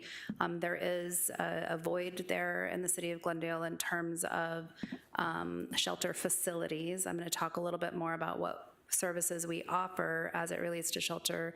And then, staff is also working on the mayor's council item of special interest that was raised about the Veterans Community Project, which obviously could influence. The reason I show this map is because I mentioned that Maricopa County is interested in helping to support local municipalities to address things around affordable housing, but they are also interested in partnering with cities to address the needs for increasing the number of shelter beds available in our region. And so I mentioned that. We've been in discussions with them. Obviously, we don't have any capital projects planned for shelter in our community. I'll be coming forward to talk about that council item of special interest, but I just wanted you to be aware that that Maricopa County Board of Supervisors has set aside funding to help support increasing the number of shelter beds in our community. So some of the programs that we currently offer, these are our homeless housing programs. These are exclusive to families that have experienced homelessness. So we implemented over the last 18 months our tenant-based rental assistance program. Those are low acuity cases where families can stabilize within 24 months. This is not long-term permanent supportive housing for someone who's disabled, et cetera. And so we've been very successful in implementing that program with our partner, A New Leaf, and 45 households have been rehoused for 90 people in total. We'll be discussing with council opportunities to continue to sustain that program as part of our community planning and development presentation in a couple of weeks. And then we have also received the allocation of emergency housing vouchers from HUD. We received an allocation of 72 vouchers. 60 of them have been where clients have been housed. The balance, the 12, are searching for housing currently. I think another important component part of that program is just to note that we're not just saying, okay, great, now you have a place to live. We're also investing in housing readiness services, ensuring that they have the basic necessities they need when they're moving in, beds and furniture and different things like that as well. And then we have also received an allocation of Veterans Affairs supportive housing vouchers, and we're just awaiting the final funding agreement for those. And then when it comes to emergency shelter and lodging, as part of the Homeless Master Services Agreement, there's a component for the iHelp program, which is the Interfaith Homeless Emergency Lodging Program. This is a program that's administered by the Lutheran Social Services of the Southwest, and essentially they provide transportation to host faith-based organizations who will allow unsheltered individuals to stay overnight at the facilities. We currently have one that is operating in Glendale, and then they have partnerships with other facilities outside of Glendale. We are actively working on identifying other faith-based partners that can help participate in this program. It's important to note that facilities must have fire sprinklers in order to provide those overnight stays. Mayor? Yeah, just a question on that subject. Do you know how many Section 8 vouchers that are gone unused? Mayor and Vice Mayor Aldama, I can follow up with you outside of this, but I will tell you that we are at 105% of our budget capacity. So I've mentioned previously that with the vouchers, we can issue a maximum amount, but we have to work within the budget that HUD allocates. Right now, we're spending more, and we have some reserves, so we can do that. So we're at maximum capacity on our housing choice vouchers. So then there's probably is there a long list of people waiting? Mayor and Vice Mayor, you'll recall that we opened our wait list last year, the year before, I can't remember, it's all running together. And we limited the size of those lists very specifically because we didn't want it to be a very long list. When we did those wait lists, we drew 350 names. I'd have to follow up with you on the numbers. I can tell you, though, that we're not near needing to reopen the wait lists. Let me ask you this. on that cap or the max we can spend? Who increases, decreases, or decides to leave it where it is? Mayor and Vice Mayor Aldama, that would be the Department of Housing and Urban Development. And that starts with us if we need an increase? Mayor and Vice, Mayor and Vice Mayor, HUD is allocated a total amount. They look at what our spend is, and then they increase our housing assistance payments budget based on what our spend is. So the fact that we're at 105% is good for us, because then we should be getting more money from HUD to increase our housing assistance payments over this next cycle. You'll see a budget supplemental coming through for that. But if we stop our spending, then we can't get more because we stopped. Sounds that way, but go ahead and explain. Mayor and Vice Mayor, I think maybe might have misunderstood. Okay, I do. We get an allocated amount of funding from HUD. If we maximize and spend all of that money because we're doing our job and we've issued vouchers, then HUD will fund us based on the amount that we're spending they do it on a quarterly basis. If for some reason we weren't performing and say we were only spending 90% of our budget and we hadn't issued all of our vouchers, we would get funded on that 90%.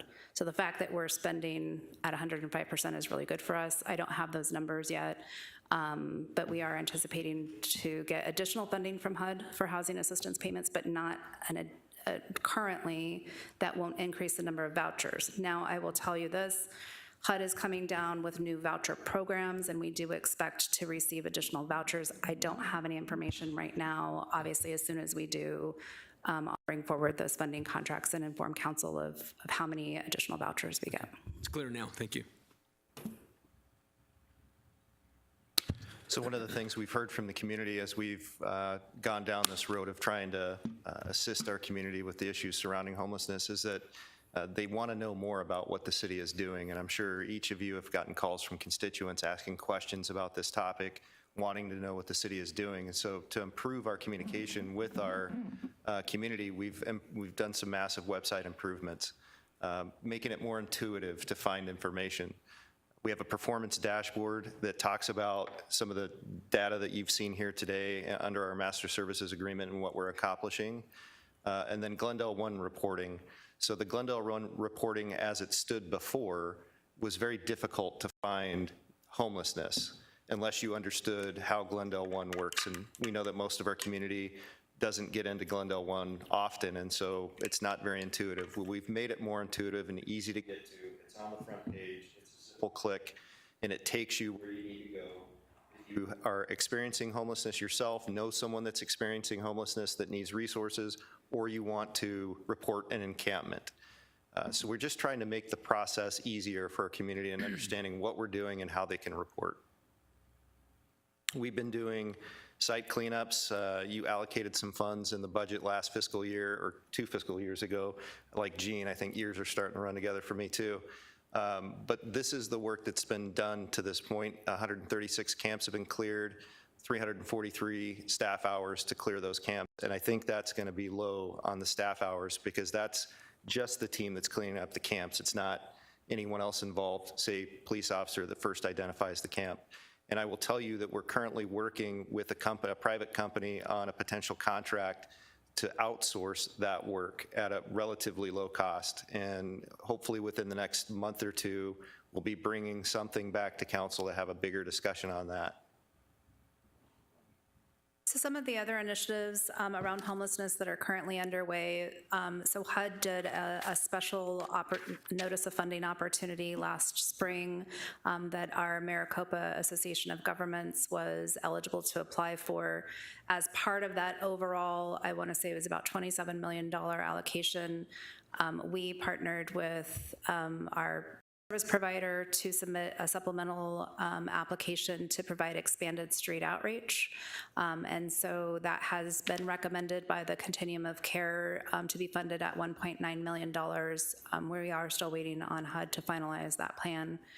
Additionally, we're working with our street outreach partners to have better information and documentation around where street outreach is happening and where those encampments are happening. Again, going back to having access to better data is going to be really important for us to understand what resources are needed and what solutions we need to bring forward. And then I mentioned previously that we are working on an outreach plan with our faith-based organizations. We do know that there are lots of faith-based organizations that are currently operating in our community that have ministries specifically to serve the homeless population. So gaining a better understanding of who's out there, what they're doing, services that they're providing, and figuring out opportunities to collaborate and bring more of those resources to bear to help us address this community problem. And then lastly, the point in time count, we're underway for planning. We do still need some volunteers, so if any members of the council are interested in showing up at 5 a.m. on Tuesday, January 24th, we would welcome the opportunity for you to join us in that point in time count. Essentially, we're out there, we put a grid for the entire city, you're assigned to a grid, you go out, you engage, you talk to people, gather information, and it gets entered into the regional system, and that's what comprises our point in time count. So these are the initiatives that we have in place that have kind of an indirect impact on the homelessness issue. The first being the prohibited solicitation ordinance the council passed back in October that went into effect early November. Is your microphone on? It is. For whatever reason, you know what? Ingenuity. There we go. What I was saying is the prohibited solicitation ordinance the council adopted in October that was codified in November and we started enforcing on November 10th has had a pretty significant impact on the homeless population within our community. I think we saw a lot of people move to other areas where that activity is still allowed.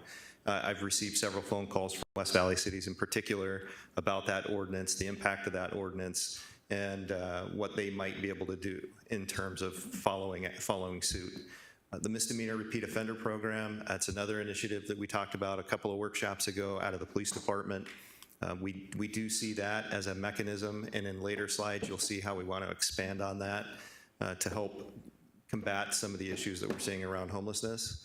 A couple of voting meetings ago, council adopted or gave authority for the city manager to enter into an agreement with a local shopping cart company, a collecting company, to collect shopping carts that are gathered by city employees, typically stored at the field operations campus, and they come and collect them on a regular basis.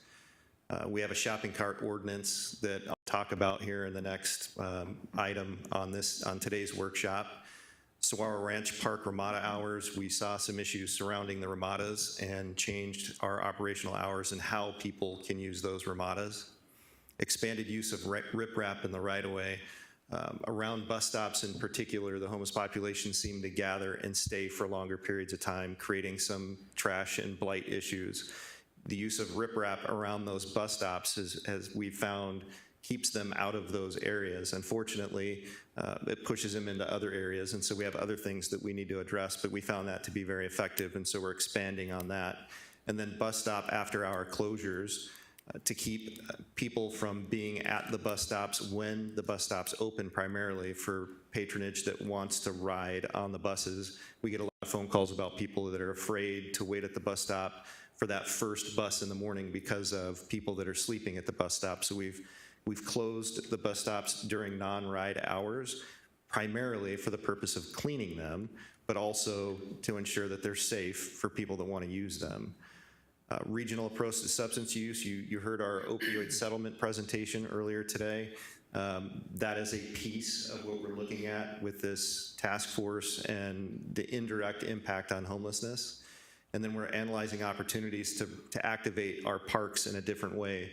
So Mr. Burke and his team are part of our task force in looking at how we might do that.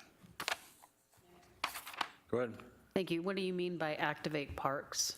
Mayor and Councilmember Tommelchoff, we found, and it stands to reason, that when the park is being used for its intended use, so when the park's employees are at Bonzell South, for example, with some type of programming or activation in the park that's city facilitated, the homeless population tend to not be in that area because the community has come to that event, if you will. Okay. And so we're looking to expand the number of programs, events, activations within our parks so that the parks are used for the intended use, not for someone to just be there for extended periods of time. Okay, thank you. So we do have some recommended mid-year budget adjustments that I'd like to talk about with you. The first is the misdemeanor repeat offender squad. So we've talked a lot about creating positions within the city that are tasked with dealing with this homelessness issue, and that is their sole responsibility. Right now, anyone that is dealing with this issue is taking it on as a side task. So their primary role may be in the patrol division or the community action team or the right-of-way. And they're being asked to set their other duties aside to deal with homelessness issues. So we believe that we are at the crux of losing complete control of this issue if we don't do something more aggressive towards combating it. And the development of some positions within the city that are exclusively geared towards dealing with these issues is the way to stay ahead of it so that it doesn't get out of our control like we've seen in some other communities around the country. In discussions with the task force, we looked at civilian positions, sworn positions. If they were civilian positions, what would they be armed with as far as personal protection? And where we landed was sworn positions would probably be best. And so we've developed this squad of officers and civilians, so it's a kind of a mixed component, to be focused on this issue exclusively. They would be housed in the, out of the sectors for the patrol division, so the sector lieutenants would have primary responsibility over these squads through oversight, and they would be supported by the community action team and the neighborhood response squads that are already existing in those areas. But this team would be exclusively focused on the misdemeanor repeat offender program and homelessness issues. It would be a sergeant, 4 officers, 2 civilian support staff. They would have 7-day-a-week coverage, evening coverage, night coverage, and they'd be responsible for the list of things that you see here that an officer would normally be responsible for, specific to the misdemeanor repeat offender program and the unsheltered population. And then the civilians would be responsible for, if you can switch to the next slide, Gene. The civilians would be responsible for, oh, I'm sorry. The officers also would, they've been trained. So we've over the last, I'd say 6 months or so, we've put a lot of training into the patrol divisions, telling officers what types of information we need as they're encountering the unsheltered population in our community, how to input that information into a database that can then be analyzed for the data, and what the problem is as it is right now occurring within the city, and conducting outreach of their own, and who they can contact if somebody wants resources. So all that stuff is part of their duties and responsibilities. And then on the civilian side, the civilians would handle the administrative side of everything that's going on, ensuring the data collection is what it needs to be and is being maintained the way it should be. Evaluating daily arrest records was part of what we need for the misdemeanor repeat offender program to find out who qualifies for that program, and then doing the coordination between the case management, the prosecutor's office, and the court to ensure that anyone in the misdemeanor repeat offender program is doing what they need to do. And then there's a training aspect. There's always going to be an ongoing training aspect for the patrol divisions as they're dealing with these things on a continual basis on what they need to do and how they need to document and where that documentation needs to go. And then we'll coordinate through the Master Services Agreement and Gene's team with Phoenix Rescue Mission to provide resources to anybody that is willing to receive resources. I have a question for you. 7 people, 2 civilians, so you have 5 sworn, basically, that would be able to go out in a city of 260,000 people, 365 days how do you do that with vacations, with time off, with sick leave, with maternal, with all the other things? It seemed like it'd be next to impossible. Mayor, members of the council, that's why we placed them where we did in the police department, so they had the support of the neighborhood response squad and the community action teams. So the community action teams have 2 officers and 2 civilians on both sides, so there's 4 and 4 total across the city. And then the neighborhood response squads, I believe, are 6 and a sergeant, and there's 2 of those squads. So they would assist this squad with the duties. If someone was on vacation, there were things that needed to be done, a new encampment that popped up, they could grab additional resources from those other squads to help them with their duties, and then vice versa. So if the neighborhood response squad was doing something in the community that had a positive impact and they needed assistance, this MROPE squad could supplement them as well. That's typically the way that it works in the police department. And then the patrol division is always available. So we have many of our patrol officers that are very engaged on this front that want to be a part of this. And not all of them will be selected for this squad if this squad is ultimately adopted by council. And so we will still have people in the patrol division that want to be a part of it that we could reach to. Yeah. Mayor? Go ahead. And then I think, So I realize that this is citywide and not just one area or one district, but my comments will be to downtown, because it's no secret that downtown has just become a magnet to the homeless activity, and so my comments will be to downtown. There's a significant, and our staff knows this, and it's just really hard to deal with. There's not very many parks that have libraries in them, like Murphy Park. There's a significant issue with homeless activity, some health issues, some crime concern that we need to start dealing with today after this meeting.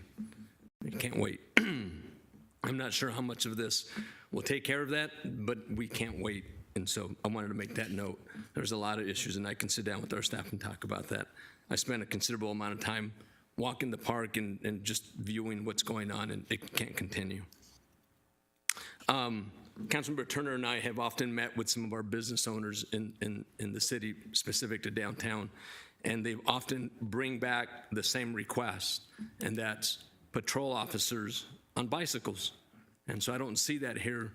Can you talk about how we could implement that, and would it be impactful in reducing some of the activity in not just the business district, but Catlin Court and some of the areas around that are being plagued by the homeless activity? Mayor, Vice Mayor, in speaking with the police chief, he agrees that a bicycle squad or a squad that has the ability to deploy on bicycles, cars, is a benefit to the community. And so he and I are working together on a separate initiative. It's not tied to this misdemeanor repeat offender program squad. It's a separate initiative to try to bring something like that back within our existing resources. And with the recent COPS grant award that you'll see coming forward in this next budget cycle, that is a piece of the chief's plan to implement that idea. When you say within our existing resources, we have budget for that already? Mayor, Vice Mayor, with the budget requests coming forward next fiscal year and our current budgeted positions, yes. So do we have equipment, bicycles to be used now? Mayor, Vice Mayor, we do have that equipment, yes. I don't know how outdated that equipment is, or whether, some small amounts of money for improvements would need to be added, but we do have that equipment, yes. Yeah, if it's existing and it meets today's standards, great, but if it doesn't, I don't want to put our police officers on that. But what I'm hearing is we need to wait till about June or July for this? If so, why don't we just move now? Mayor, Vice Mayor, I can certainly engage the police chief in a conversation around that. Thank you, sir. Thank you, Mayor. So the mid-year allocation is half the total cost essentially for the annual ongoing, and it's the 100% of the one-time cost. You can see those numbers on the board. And that would be for 4 sworn officer positions and 2 civilian positions. So in discussing the budget amounts with the police chief, he believes his sector lieutenant or lieutenants can manage without having a sergeant in place. But I would recommend, based on span of control, that council consider adding the additional sergeant as well.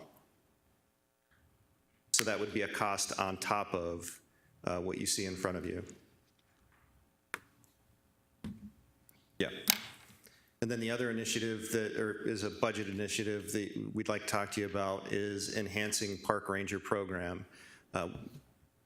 By adding 3 new FTEs, we can increase our coverage to 7 days a week from 4 a.m. to midnight. We are currently 7 days a week from 4 p.m. to midnight.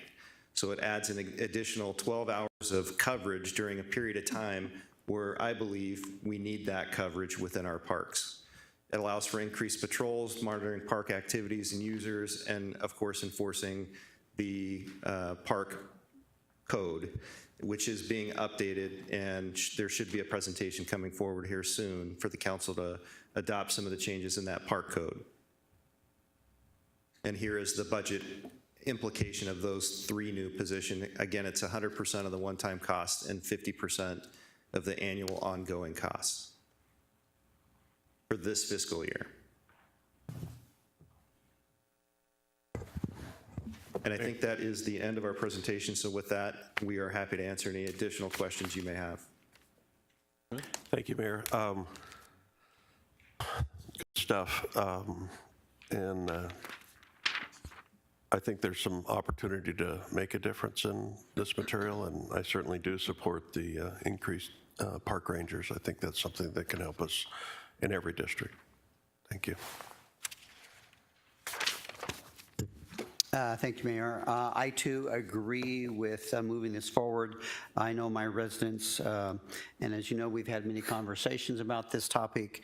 My residents will be thrilled to hear that we're moving forward on a plan that's going to have, I think, a very positive impact on our homeless situation.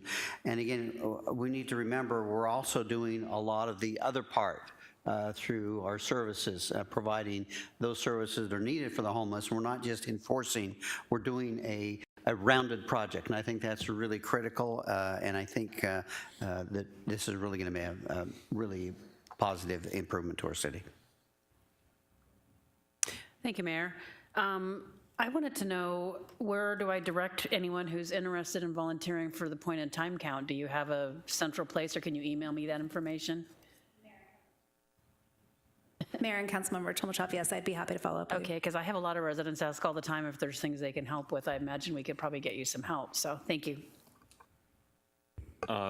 Before I ask for a consensus, I'm excited for the fact that y'all listened. Everyone on this council multiple times has brought up the problem that we've had. Don't have to educate you. You've been listening to it and seeing it, witnessing, and trying to come up with a plan. So it's very exciting to see you bring a program forward that we believe will, it's probably not going to solve it, but it'll certainly start making a difference. And that's what the citizens want. That's what the business owners want. That's what the council has been wanting for a long time. And I know the PD wants it every bit as much. So it's exciting to see this come forward. Again, if we have to tweak it in 6 months, I guess we can worry about that at that point, but it's nice to get this thing moving ahead. So I would ask for a consensus from the council. Yes. Okay, looks like you have an overwhelming consensus. Very good, Mayor, thank you. Yes, just sir. point of personal privilege. Thank you for the comments, because the team has worked incredibly hard on this. I can tell you from my discussions with other cities here in the Valley, they're all getting hit with homelessness. And quite frankly, all of them are waiting to see what we came up with, because what I've noticed is they're working at little areas individually. What we challenged the group with was really to come up with a holistic approach that was very well thought out. So it didn't happen quickly, but I think the direction that they're going is going to have really good results. And then with this consensus this afternoon, obviously we'll be building this FTE request into our 2023-24 budget going forward. But again, thank you for the comments. I know they've worked incredibly hard to really put together a program of merit. Very good. Good job. Okay, next item. Shopping cart ordinance. And our final agenda item for today will be handled by Deputy City Manager Rick St. John. Thank you. I think I have the PowerPoint presentation. Well, no, it's not. Oh, there it is. Okay. So we mentioned this in the last presentation. There is an ordinance that we're proposing we move forward with, given council consensus today, that regulates what retailers have to do in terms of protecting against shopping carts being taken from their establishments and discarded throughout the city.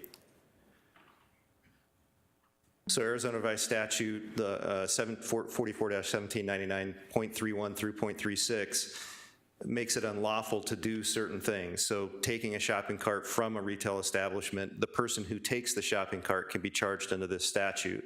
Abandoning a shopping cart, possessing a shopping cart, all that stuff is for the person who's actually committing that act. There's no rules within Arizona Revised Statute telling a retailer what they need to do to protect against these acts and to guard against that blight being driven into the community. So, but it does allow for cities to adopt an ordinance regulating that, and that's what we're proposing today. So several Valley cities have adopted a similar ordinance. Phoenix has one that looks different based on their community and their build and when they implemented it. The one that we're proposing looks more like what some other West Valley agencies have, and it seems to work very well. So what the new ordinance would say is any new retail shop going into a new facility, they would have to equip all of their shopping carts with a restrictive device that prevents the removal of those devices or of those shopping carts from their location. And before they get a certificate of occupancy from the city, they would have to certify that that's been done. So that would be a part of their application design process, that whole process through development services. This would become a piece of that. Existing retail shop owners or new businesses that move into existing establishments have an option. They can either equip all their shopping carts with that device preventing the removal, or they can enter into a contractual agreement with a company that is a retrieval service for shopping carts. So they have an either-or option, recognizing that putting devices on existing shopping carts for an existing establishment could be costly. It could be cost counter, too much money. So we give them the option of having this contractual agreement with a cart retrieval service. Any violations of either of these provisions would be considered a civil offense. The proposed ordinance affirms state law making it illegal to remove carts from the establishment, possess the cart, abandon a shopping cart. So rather than trying to enforce the state statute, we would have a city code that our officers could cite if somebody was found in violation of this ordinance. And it sets forth the process for impounding shopping carts, getting the impounded carts back to the rightful owners, and disposing of unclaimed shopping carts. And again, we do already have a contract with a shopping cart retrieval service, so that piece is already ready to go.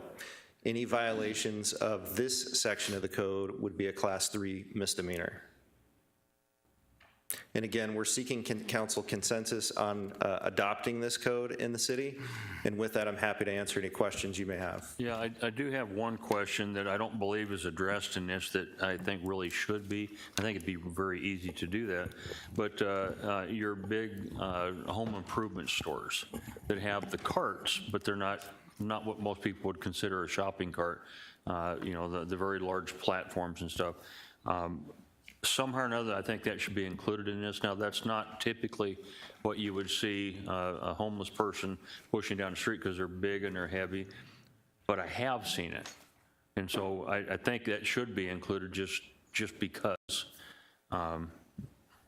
Mayor, there is a definition section in the proposed ordinance that the city attorney and I can look at and make sure that it includes any type of shopping cart, whether it's a platform or the traditional looking shopping cart. Okay.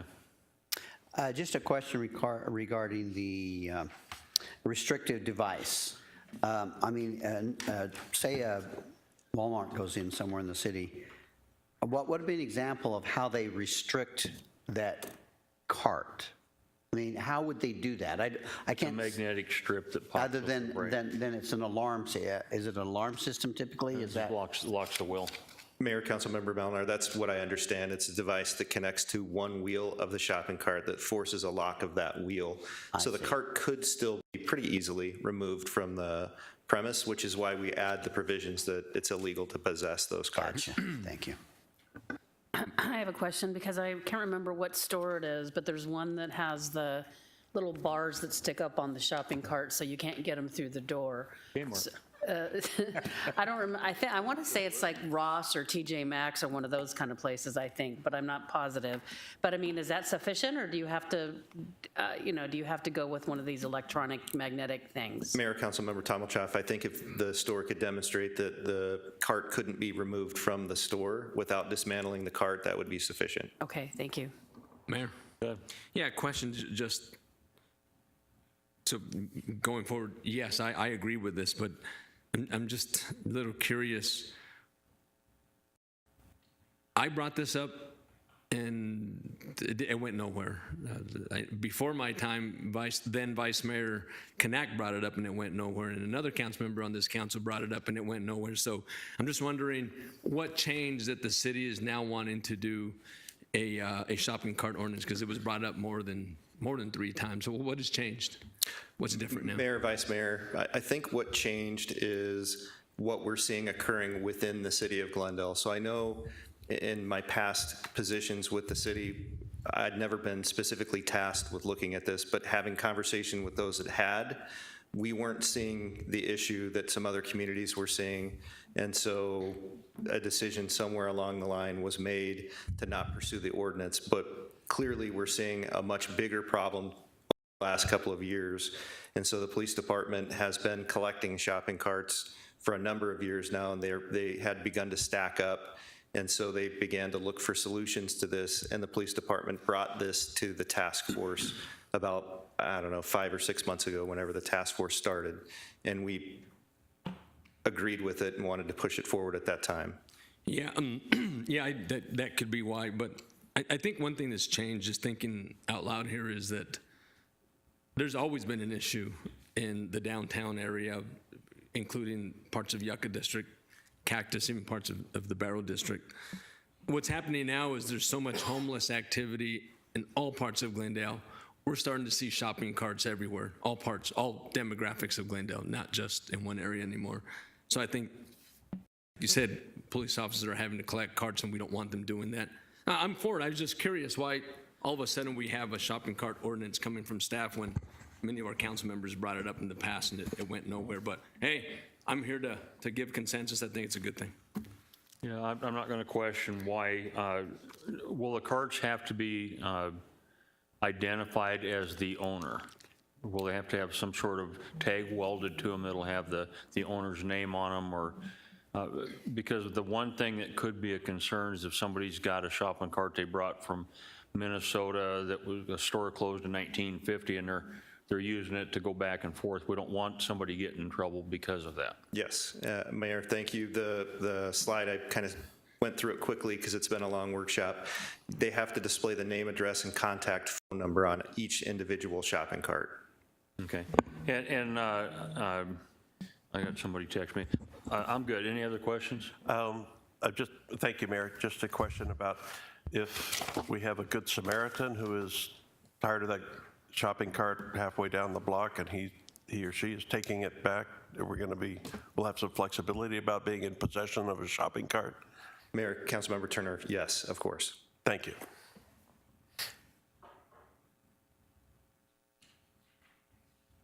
Mayor, it sounds like I had consensus, so if I do, I'll proceed. Looks like you do. Thank you.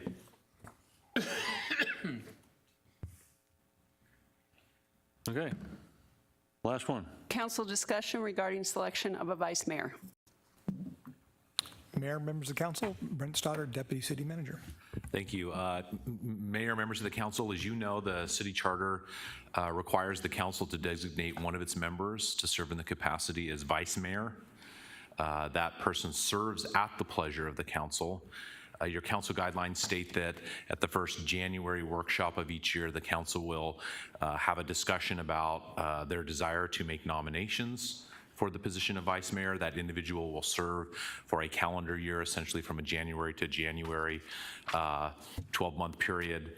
And Mayor, this is that opportunity for the council to have the discussion. If there is the interest and the desire to have nominations, those nominations can be brought forward at a voting meeting.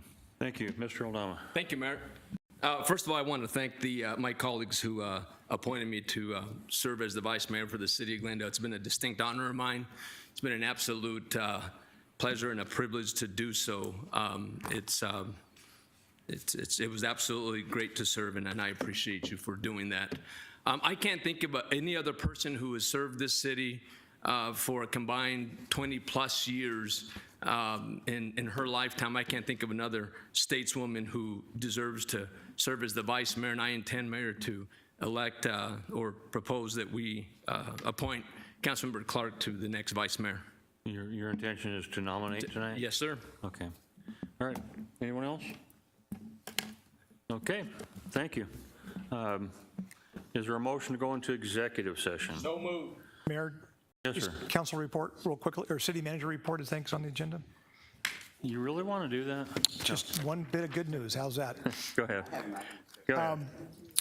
So ASM Global, our arena manager, has notified us, and we're currently working on a press release that'll be going out to the media and various industry publications, announcing that the Desert Diamond Arena has just concluded its most profitable year in the history of the arena.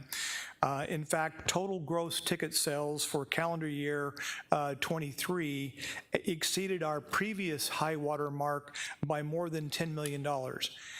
If you recall, if I take you back to the council to August 19th of 2021, this council had a very important decision to make when we announced we were parting ways with the Arizona Coyotes.